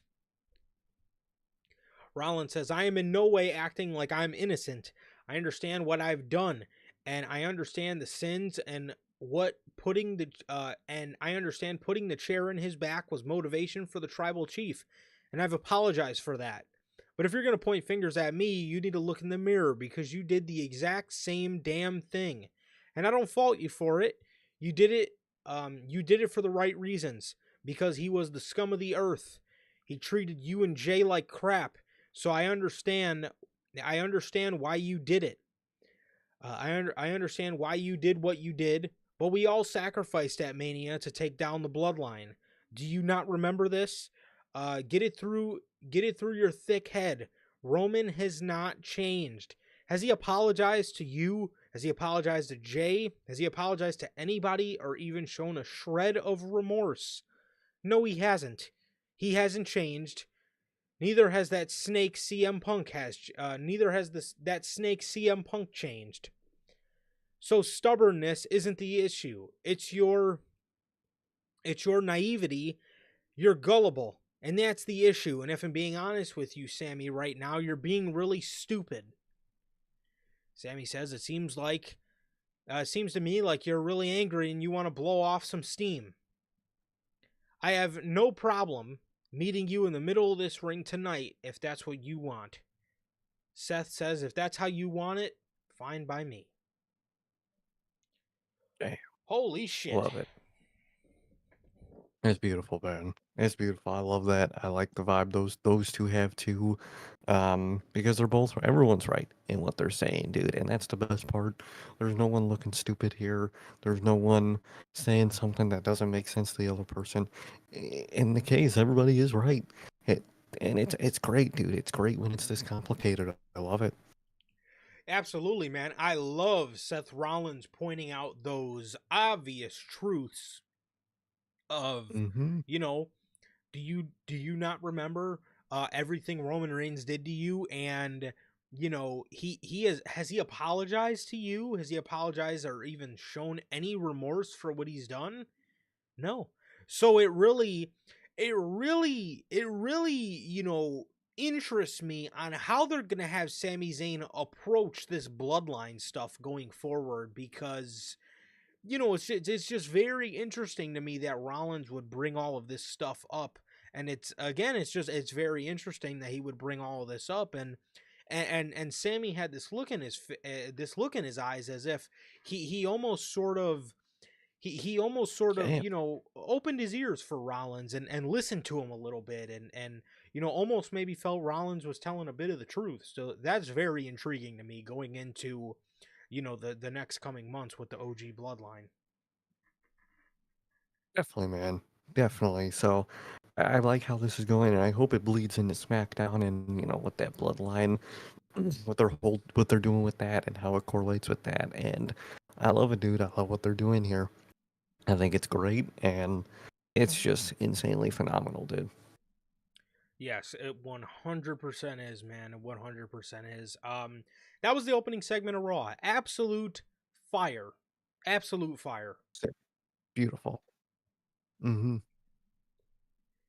We get a replay of Judgment Day attacking Damian Priest after War Games in the back. They attacked him throughout the backstage area. Yeah. They attacked him throughout the backstage area, and they took a chair to his shoulder. No, Oh, no, Damian Priest is going to no, be out. not my El Champion. No, No, not the unbeatable no. killer. Goodbye. Unbeatable killer. Holy shit. Please, hopefully, that chair maybe knocks some sense into him and he comes back talking like how he used to. Hopefully, Maybe, bro. I know they're bad, man. Maybe you give a chair shot to the head, man. Maybe you hit one of those fucking Disney Channel cartoon things where you hit their head and they're fucking back to normal again. Maybe you do one of those. Maybe, bro. Maybe that's the way to fix Damian Priest. We then get And a Judgment hopefully, dude. Day. Yeah, we then get a Judgment Day backstage segment where Finn tells Liv Morgan, or sorry, Liv rather tells Finn, "You were supposed to leave Damian alone. I thought we talked about this." So Finn is Mm, already doing his own thing. You could tell. isn't that Miles? I'm gonna do my own thing. I like it. Very much so. Very much so. I like what they're building here. Oh yeah. He tells Liv, "Well, yeah, I was gonna leave Damien alone, but that's when Dom was supposed to handle it. And as a matter of fact, Liv, you would have won War Games if you would have just listened to me. And also, you gotta stay focused for Saturday night's main event because you have Io and Rhea who are both gunning for your championship. But what I can tell you is just listen to me. Because when we listen to Finn, the Judgment Day win." Mm, Interesting. Very interesting. This sort of ego that Balor is getting about himself, and I'm very interested to see where this will all end up. I'm very interested. I don't know if they're gonna do another rebranding of the Judgment Day, or are they finally gonna go ahead? Finn leaves with JD, and they create something new. That's what I feel like is gonna happen. That's what I want. I don't. I think it'll, even though they did mention that they want Judgment Day to be like a kind of Bullet Club thing where people just take it over and do it. But I think it does get to a point where you can retire it and do something new. But either way, I like where this is going, and I'm intrigued. For sure, bro. Liv and Raquel defeat Damage Control. Um, they beat them in about 3 minutes with a Tihana bomb to Kairi Sane. This was probably the best and most dominating Raquel Rodriguez has looked since she came back in October. No lie. I was about to say a T. Harris, but I T. got Harris! disappointed when that I got a little disappointed when that didn't come out your mouth. But She did not hit a T. hey, Harris look at on that. Kairi Sane. No T. Harris. They actually made no T. Harris, man. But look at that. They actually made him look good, and it's good to see, man. Definitely. Definitely. I was actually astounded when she picked up the quick victory. I was like, oh my God, Raquel They made her look good. won a match. Wow. Fuck. They really watched Wednesday and were like, holy shit, we cannot let that happen to Raquel. Let's get her a win.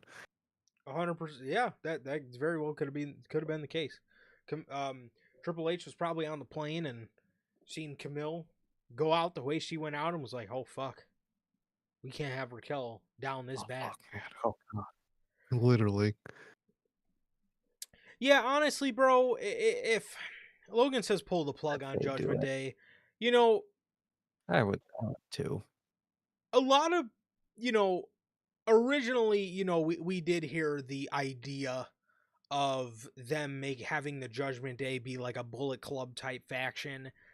The you know, I mean, I could have been on board with that, but honestly, I wasn't because I knew WWE was not going to make it what the original Judgment Day was, and when I say No. original Judgment Day, I don't mean the one with Mr.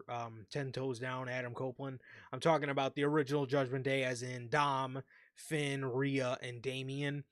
It was never going to be as good as Hmm. that, and WWE was going to, it was going to get to a look at Bullet Club now. That's all I'll say. Exactly. They are. I don't even know who they are at this point. Oh, who's the leader? That one guy that no one takes seriously. Fuck, I who I is it? I don't even know. I have no idea. Oh, fuck. We were making jokes about him like a year ago, dude. I'll have to remember who David that is, Finley. man. But literally, look at them now, dude. That's who it is.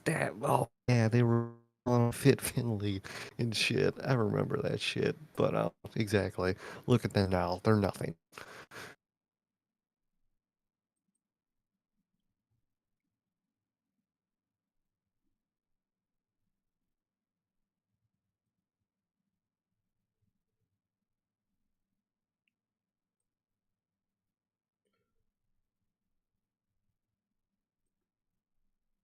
Oh shit.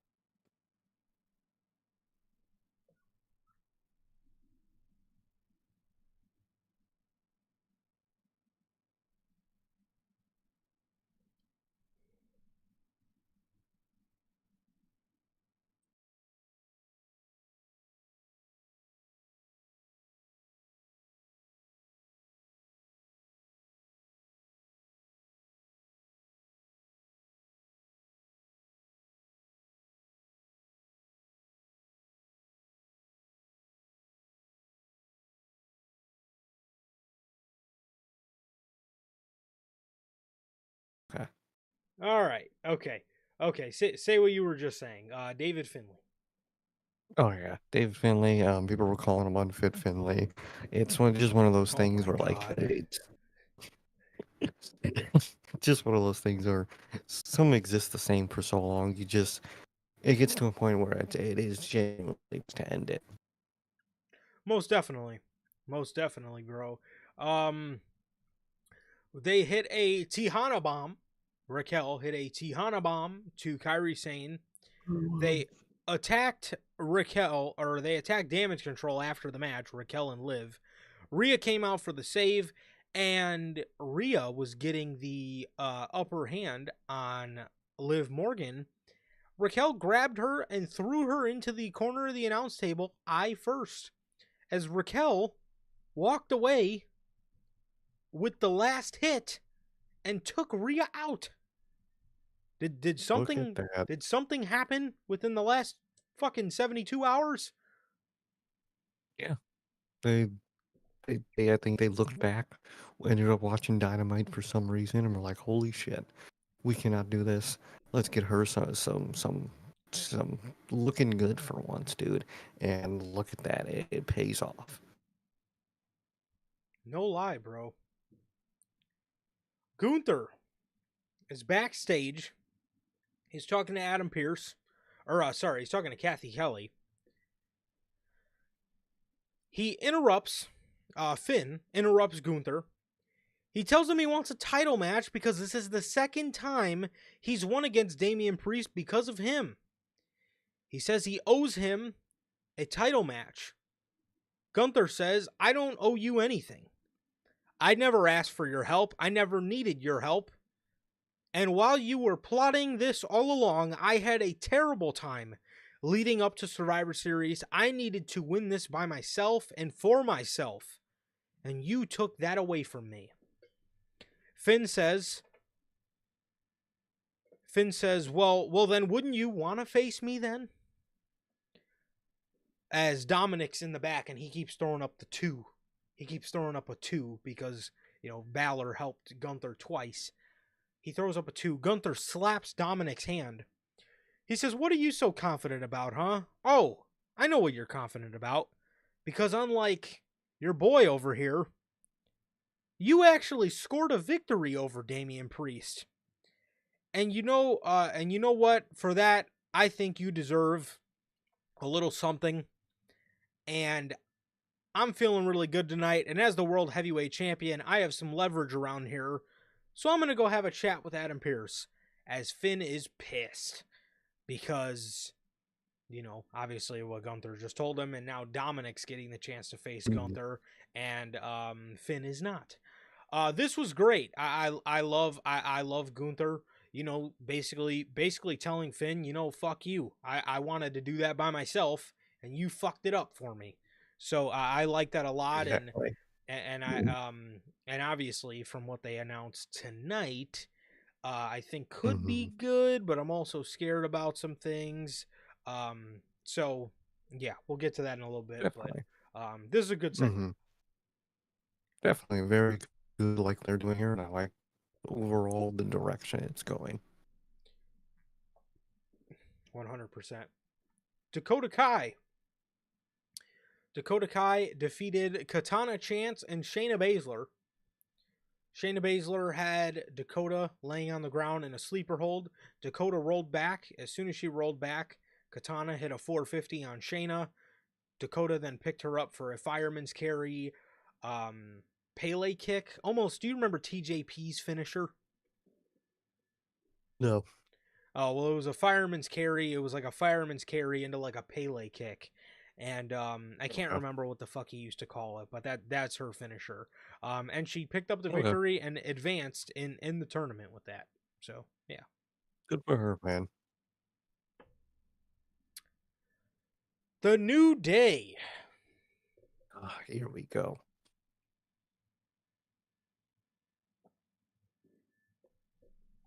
Holy shit. Man. The New Day come out, and this is all decorated for them. There's memorabilia on the stage. There's the giant Booty-O box, a giant blow-up Booty-O box. And in the ring, there's pancakes. There's the bronze penny titles. There is pictures of them. There's Xavier's crown. A bunch of New Day memorabilia around the ring. And Adam Pearce congratulates them on behalf of the WWE Universe, and he wants to let all of them know how much we think New Day rocks. Xavier and Kofi, they want to thank everybody for their support. Kofi says he couldn't imagine in his wildest dreams what all of this would become. And he says to shed some light on what happened last week. Xavier says Xavier says, what we're going to talk about next is going to shock all of you, especially that it's on our anniversary. Kofi then says, to shed some light on what happened last week, we think what's best for the New Day at this time. And then we heard Big E's song. Holy shit, I missed that song. Oh, hell yeah, dude. Man, that song by Wale, fire fucking theme song, bro. So, E comes out there. He says he's happy to be here, but he wishes he was here under different circumstances.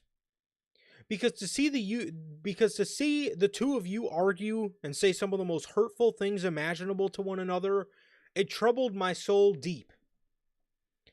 He says we all started this 10 years ago. We were all we had.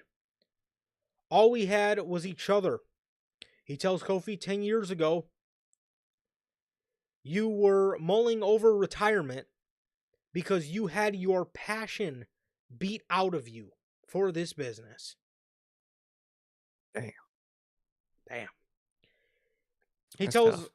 It is, bro. He tells Xavier, 10 years ago, you and I, we were both close to getting fired. And on one of the worst days of my life, you two were at my hospital bed for hours, making sure I was good. He tells Kofi, he was in a neck brace a few hours after his daughter was born, and you and your wife came over to my home, and I held her, and I was one of the first people to hold her. And he tells Xavier, when you won King of the Ring, I was the first person to greet you, as this was one of your childhood dreams, and you shed tears on my shoulder. What we built was something special to a lot of people, and it means something to a lot of people, and it means something to me. So until I am medically cleared to return to this ring, I am going to be here every single week reminding you two who you are and cheering you on as your manager. And in this moment, all was right in the world. Big E was back. He was going to come back and he was going to manage the New Day, and everything was going to be all right. And he was going to get his boys back on track. And in a moment of, I had a feeling this was coming, Xavier Woods says, now you want to come back? And in this moment, I was like, oh, Woods is going to turn on both of them. He says, now you want to come back? After you watched us fight for months, after you watched us argue until the last thing to do was jump off the cliff, now you want to come back? You left us. E says, I broke my neck. What do you mean? Kofi cuts him off. And he says, you left us. Whoa. Dude. Love it, dude. I love what they're doing. And I'll go further into it, when we think about this is end up being for, you're done here. But man, I love they turn their anger and just hatred with each other that they've been feeling. And instead of, dealing with it with each other, they just turned it into just on the biggie. And it's fucking great, dude. I love it. When Kofi said, you left us, I did not expect that. I wholeheartedly was expecting Kofi to be giving Xavier this look like, you dick, why would you say that to him?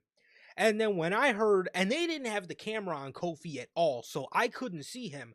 But in my head, I was like, okay, they're going to put the camera on Kofi and he's going to be giving Xavier a look like, you're such an asshole for saying that to him. And then he says, when he yelled, you left us, I was like, I sat up, my jaw hit the floor because I was like, oh my God, these two guys were so pissed off at each other. The only way they could reconcile was to turn all of this on E. Yep. All of it is his fault. It's not, but they can't, blame it themselves. They're just gonna blame him. I love it. That's perfect, dude. Wow. Kofi says, love that. Dude, Kofi says, you left us. You broke your neck, so what? Yeah, so what? Yeah, you broke your neck. What? So what? Broke your neck. It's kind of a wild line, but okay. I kind of chuckled at that moment. When he, as I, in my head, I'm like, "Oh, What? you prick!" I'm like, "Man, you broke your neck. So what? Yeah, it's all right." So what? You're just paralyzed. It's so what? Says you broke your neck. So what? Stone Cold Steve Austin broke his neck. He came back. Kurt Angle broke his neck. He came back. Edge broke his neck. He also stood 10 toes down, and he's still back. Xavier says, and they didn't even have people waiting for them. Your family members kept fighting to keep the light on for you, so you had some familiarity when you came back. And what did you do with that? We didn't change or evolve at our own deficit for you. Damn. Kingston, Kof says, he says, you mean to tell me, for as big and strong as you are, plus the fact you've never had surgery on your neck, you mean to tell me you couldn't have been back here a long time ago if you wanted to? E says, I've been with my doctors. I've been doing scans, x-rays, MRIs. Xavier cuts him off. He says, yeah, we heard it all. We've heard it all before. You know I tore my Achilles straight off the bone, and I actually had to have surgery, and I was back in 9 months for you. Kingston says, if you really cared about us, you would have been back a long time ago. You would have been by our side. You would have you chose your new life over us. You chose your new desk job over us. Does Big E actually have a desk job?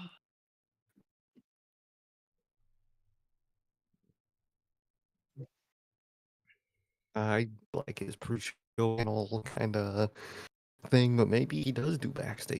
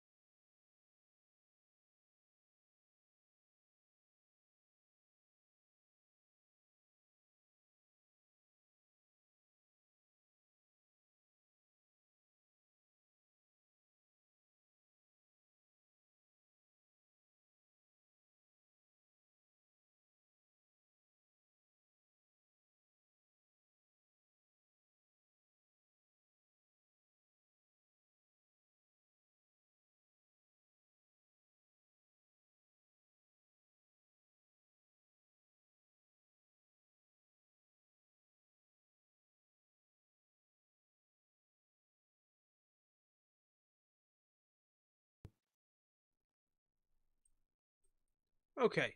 My apologies. Best segment of the night here. What are we doing? No, literally. So, Kofi, Ugh. let me reiterate that part again. Kofi says if you really cared about us, you would have came back a long time. You would have been by our side. You chose your new life over us. You chose your new projects, your new girlfriend. You chose your new desk job over us. Xavier says, listen up, E.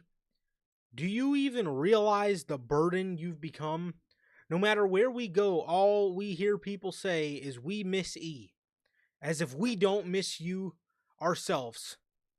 But obviously, E does not miss us. Kofi. Man. Kofi says, our philosophy since day one has always been about brotherhood before anything else. The New Day before anything else. We before me. but you broke your neck, and uh but when you broke your neck, all you've done is choose yourself over us. Xavier says, let's stop teasing all of these people. Let's tell them the truth. You are never going to get medically cleared. Wink, wink. Mm, yeah. Since that's the case, why don't you, and since that is the case, why don't you get the hell out of our ring? Or why don't you get the hell out of this ring and get back to your desk job where you belong, and we'll call you if we need you. E has this look of just utter shocked and sadness that came over him, and this man was Ah, just baffled at what heartbroken. he just heard. He was, dude. His face, he sold it so perfect, dude. He genuinely looked like his world just shattered in front of him, and he's shocked because of it, dude. It's fucking phenomenal, fucking acting from Biggie there, dude. Oh man. It was phenomenal.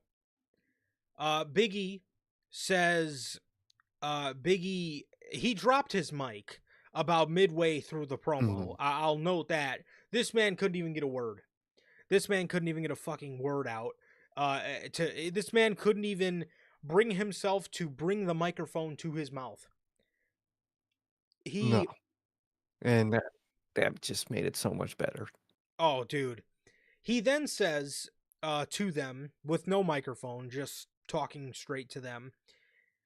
He says no, no, no. I'm not gonna let you throw. I'm not gonna let you throw this away like this. He opens his arm for a hug. Kofi puts his hand out, puts his hand on his chest, and he says no. Big E leaves Xavier Woods and Kofi Kingston. He leaves the ring, and Xavier Woods and Kofi Beautiful. Kingston shake hands, and they say it's just us now.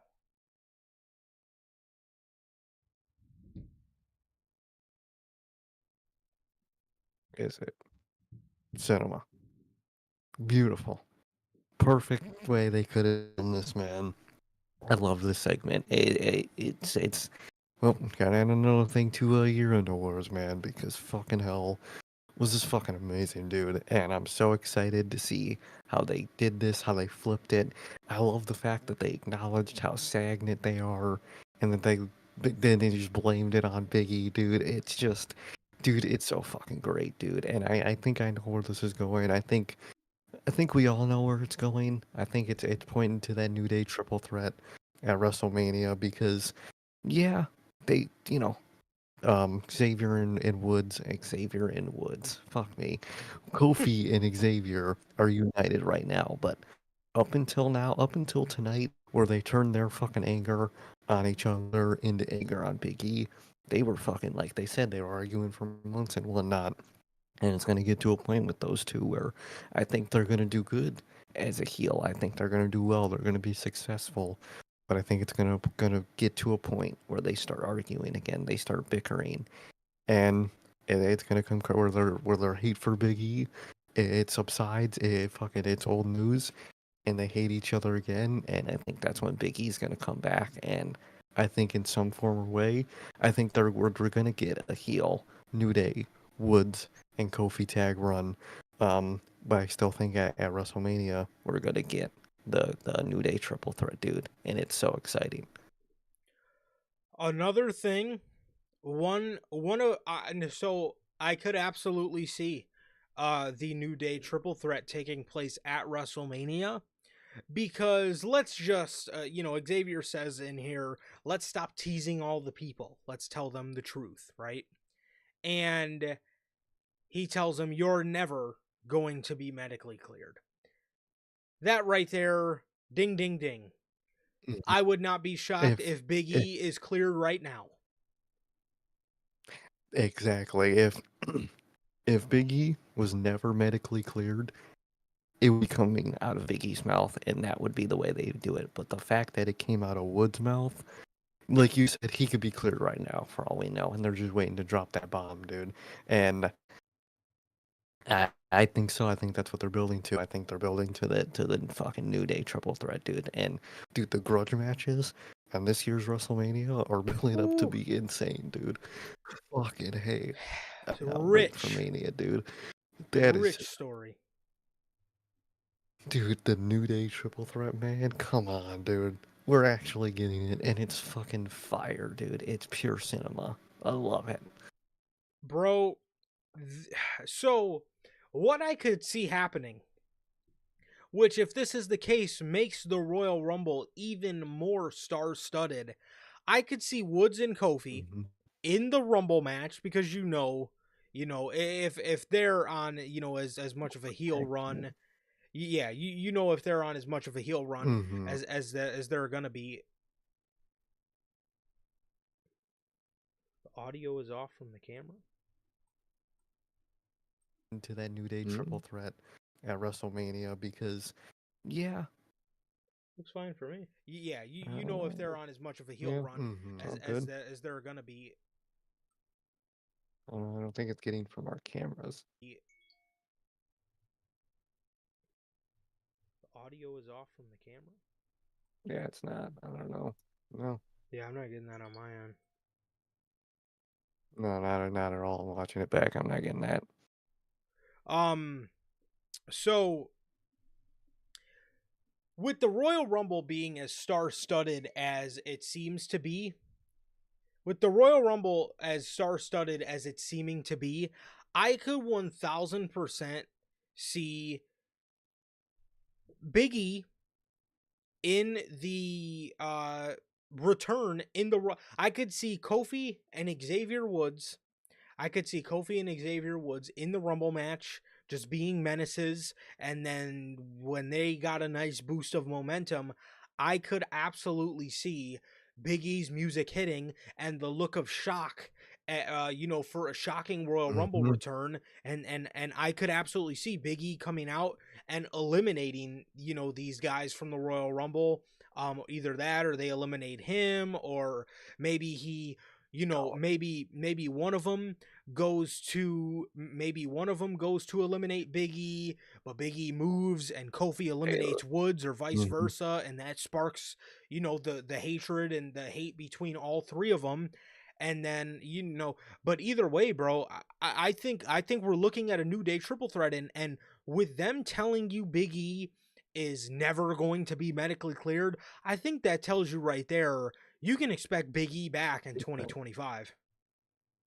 I think we can, dude. I think that was the tell, and I'm excited, dude. I think that the Royal Rumble is a perfect place, dude. That pop is gonna be fucking insane, dude. And I think it's what we're gonna get. And I'm excited, dude. I'm so excited. They really turned this around. All this New Day stuff, it's been great leading up to it.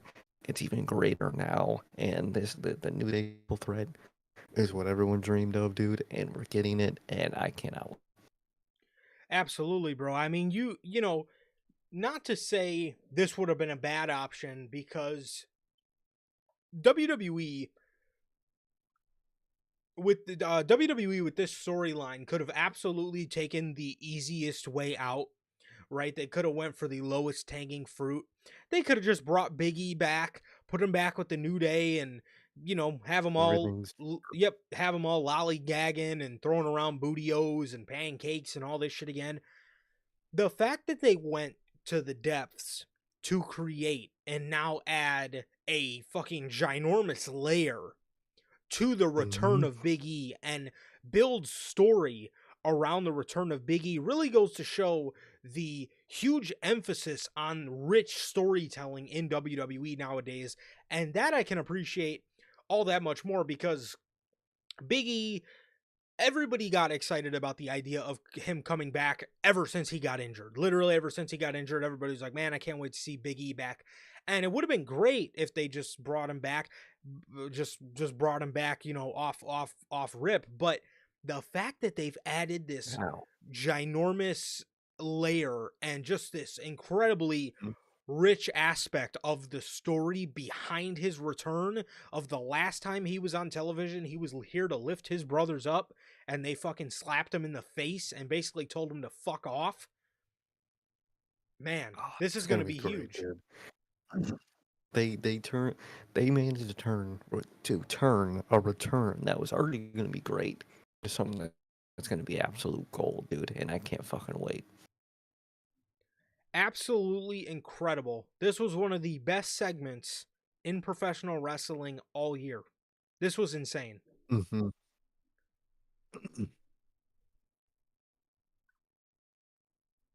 Karrion Kross. Karrion Kross calls out the Wyatts to meet next week after what they did to Scarlett. It also did get announced there's going to be an 8-man tag: Karrion Kross, AOP, and The Miz versus the Wyatt Six for Raw next week. Hopefully next week we get a face-to-face with Bo Dallas, not Uncle Howdy. But I doubt it. You know we're gonna get him, bro. You know he's gonna be there with his Mhm. fucking chin makeup and with his cut off mask and his long luscious gray Great. wig. Fucking gotta love it. So yeah, um, you know, I see a lot of people saying this, and I got to agree with it, being that you put Napa Snora and LA Knight on the show. Why didn't you give us a Wyatt Six and Final Testament Survivor Series traditional elimination match as Survivor Series? I would have taken that You might over as well. fucking LA Ah, Knight and Napa Mora all day. oh, 100%, dude. I would have loved to seen that. For sure, bro. But we're getting a match next week. Next, Gunther defeated Dominic Mysterio. He mopped the floor with this dude. He power bombed him, put him away. After this, Finn came out. He attacked Gunther. He tells Dominic as he's laying in the corner, "Watch and learn, kid." He then gives him a coup de grace to the stomach. He goes up again and gives him another coup de grace to the kidney. That was the first time we seen that. That looked pretty brutal. I liked it. And- Oh yeah, I like it. I like that different way to do it. I like it. For sure, man. As Gunther was sitting there writhing in pain, as he tells Dominic, "That's how you do it," and he walks away. Interesting. Very intrigued to see how this goes. Most definitely. I am very intrigued to see where they go with the whole Prince thing, man. It is yeah, it's very interesting. Or sorry, the whole Finn Balor thing, to see if they make him sort of like the Prince or where exactly they go with this whole thing. It's gonna be interesting to see, and I'm excited. I like it so far. Exactly. I'm liking it. I'm liking what they're doing. I like Finn's attitude, man, and I hope we get some type of Prince thing, dude. I really hope so. Definitely, bro. Pete Dunne is in the back. He is being interviewed. Kathy Kelly is asking him who does he think R-Truth thinks he's fighting tonight? Pete Dunne or, and he doesn't let her say it. You know, at this point, and my headphones die. Well, not die. They shut off for some egregious reason. Give me 1 second.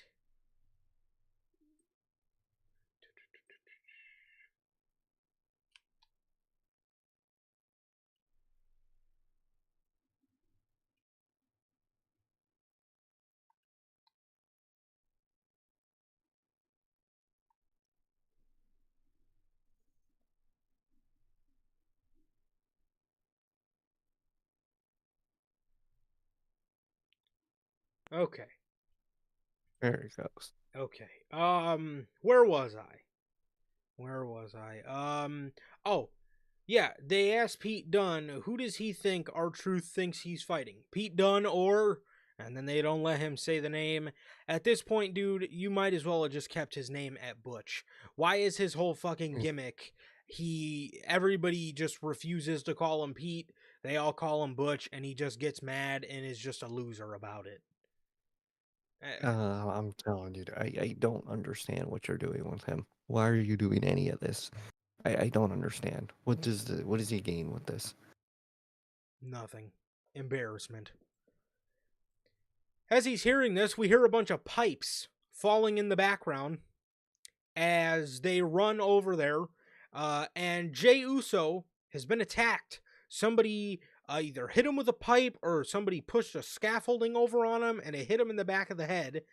As, yeah, Jey has been attacked and they Hmm, rushed him to the trainer's room. very interesting, man. Was it probably Seth? That's really the only person I could just think of off the top of my head. Well, I think I'm assuming it was the guy that attacked Sami Zayn at the end of the show. Oh, yeah. Oh, okay. Yeah, that's true. I was gonna say, I don't know, if it was Seth, bro. But before we get to the main event, it was Truth versus Pete Dunne. The crowd is yelling Butch. He gets Way to distracted. circle back. Yeah, the crowd is chanting Butch. He is yelling at people in the crowd for saying it. R-Truth rolls him up. And that was it. What are Well, you doing again, here, bro? what was the fucking point of making his name Pete Dunne? Honestly, Like, his whole gimmick is him just upset about people calling him Butch. That is his sole existence on Monday Night Raw. what are you doing with these past NXT guys still, bro? You're just not using them in any real capacity. I don't get it. Not at all. Braun Breaker is backstage. Ludwig goes up to him and he tells Braun, you didn't beat me. You beat Sheamus. Braun says to him, I knew you would come in here with that attitude, but I got to give you props. You wrestled a hell of a match, and I'm going to talk to Pierce about it. He says that you proved to a lot of people that you are finally going to step out from Gunther's shadow. But you better step out a whole lot quicker because Gunther's stock is going, and he points downward as Dang. he walks away. So this pissed Ludwig off a lot as Gunther or Braun went to go talk to Adam Pearce. So another interesting thing was, I guess, a little teasing. We've already seen them go face to face before, but a little teasing there between Braun and Gunther And again. Gunther, dude. They're building it up slowly, teases here and there, and I like it. And that's gonna be crazy when that shit happens, man. For sure, bro. For sure, man. Finn is in the back. He asks Adam Pearce for a title match with Gunther. Pearce says, I wasn't going to give it to you at all, but Gunther wants it just as bad as you do, and you're going to get it. And it's official for Saturday night's main event. Mm. He also says, and next week, we're going to talk about your defense of the other titles. As I forgot to mention earlier in the promo, he did allude to them screwing the War Raiders. So my prediction, I think the War Raiders get another shot, and I think they get it at Raw on Netflix. I could see it. I think they're definitely building up to that, which I'm excited for. For sure, bro. For sure. Yeah, that was that. As yes, that is another match confirmed for Saturday night's main event. It's gonna be great. I just really fucking hope Damian Priest does not cost Finn Balor the match because Gunther, majority of his defenses will be from fucking Judgment Day interferences, and I don't like that. I don't like it at all, and I think it is going to continue at that night. I think whether it's Dom or Priest or like a variation of both of them, I think it's gonna what distracts Finn, and Gunther's gonna win it. Yeah, the main event: Sami Zayn versus Seth Rollins. Rollins, Sammy is pissed at Rollins this whole match because he thinks he's the one that attacked Jay. He's telling him on the outside, I know you did it. He's slapping the shit out of Seth. Sammy gets so pissed off, he ends up going and grabbing a steel chair, and he's about to obliterate Seth with it. Rollins is on the ground with his hands up, basically, begging for him not to hit him. Down with the chair, he says, Sammy, it wasn't me. I wouldn't do that. I like you and Jay. Maybe it was CM Punk. Maybe it wasn't. I don't know who it was. He's telling him he's telling him oh,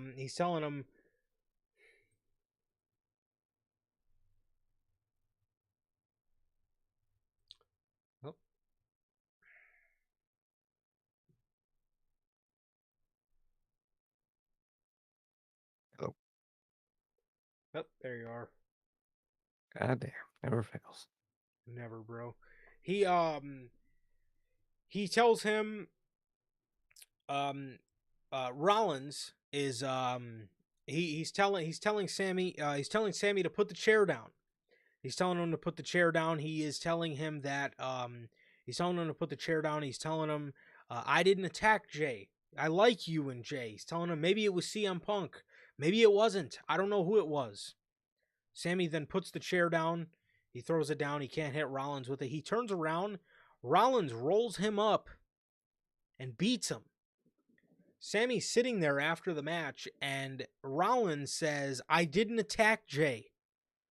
I love your heart, but you gotta start using your head.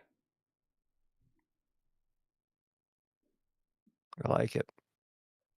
Very interesting, bro. I'm very interested to see where they go with this whole Sami Zayn thing.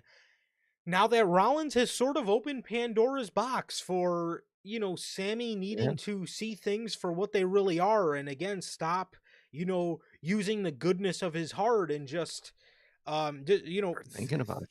thinking about it. Yeah, so it's very intriguing, man. And as Sammy is in the ring, on the leaning on the ropes, just thinking about what Rollins just told him, he turns around and gets claymored by the returning Drew McIntyre.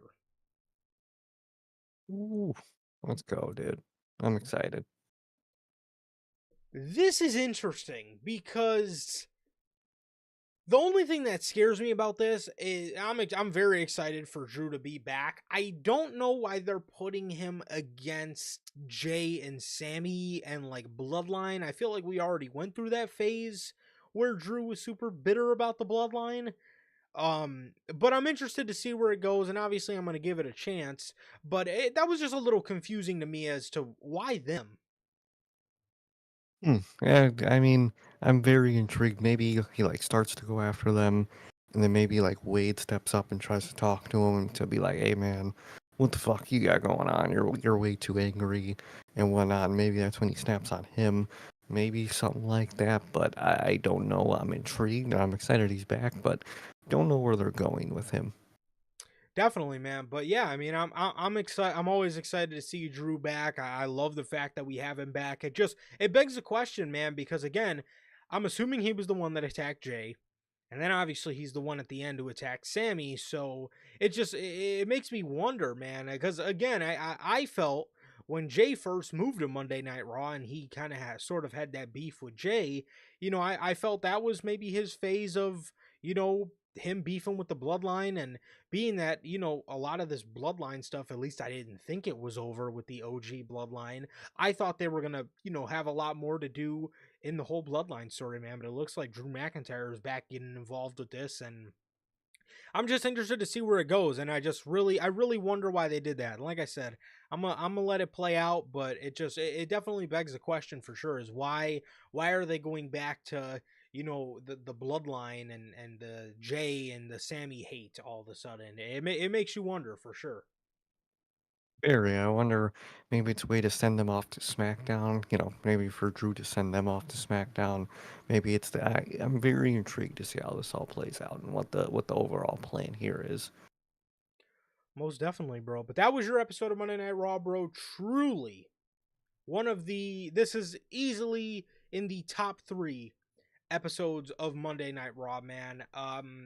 This was an amazing episode, man. This was an amazing, and this was in the top 3 of Monday Night Raws they've done all this year, and they've had 3 of them that really stick out and as really good shows. And this was great. I loved every minute of this, and this is why it just still feels weird saying that I love Mondays when it comes to professional wrestling, because of this fucking show, man. This was awesome tonight, and like I said in the intro, this absolutely proves that, you know, the 2 hour format can work when it's used to, you know, when it's used to its fullest degree. And I definitely think it was missing things like CM Punk and Drew McIntyre and stuff like that. And then obviously, you know, the stuff with the New Day has been great. And um I mean, everything on this show, man, everything was hitting tonight. It really was, dude. I think they played everything perfect. They used their time perfectly. Excited for next week. It does exactly what a weekly show should do, and it was phenomenal, dude. Definitely, bro. And you know, shows like this always leave you wanting more. And that is what you should get out of your professional wrestling. It should not feel like a chore. You should not feel like you want to fucking turn the TV off 30 minutes into the program, man. You should always leave a show saying, "Oh man, if there was just an extra hour, if there was just an extra 30 minutes of Hmm. the show, this would have been amazing, even though it was already amazing." That's what you should want from your professional wrestling. And you know, again, that is when wrestling is at its best, man. When 9 o'clock hits and you say to yourself, "Fuck, I wish there was more time to that. That was so good." That's what you want from professional Hmm. wrestling, and it was hitting on all cylinders tonight, man. And this was one of the best episodes of Monday Night Raw from the year, easily the best episode of Monday Night Raw from the 2 hour platform. Definitely, man. Definitely. Yeah. And with that, ladies and gents, that is going to do it for this edition of NHP, another edition of Unscripted, man. This has been episode 224 of Unscripted. And with that, man, it has been always a pleasure for my Johnny. And Sir K. And that is going to do it for this edition of NHP, another edition of Unscripted. That is going to do it, man. And thank you guys so very much for joining us here today for episode 224. Ladies and gentlemen, please like, comment, and subscribe. And we will see you all on Friday with the news. Peace.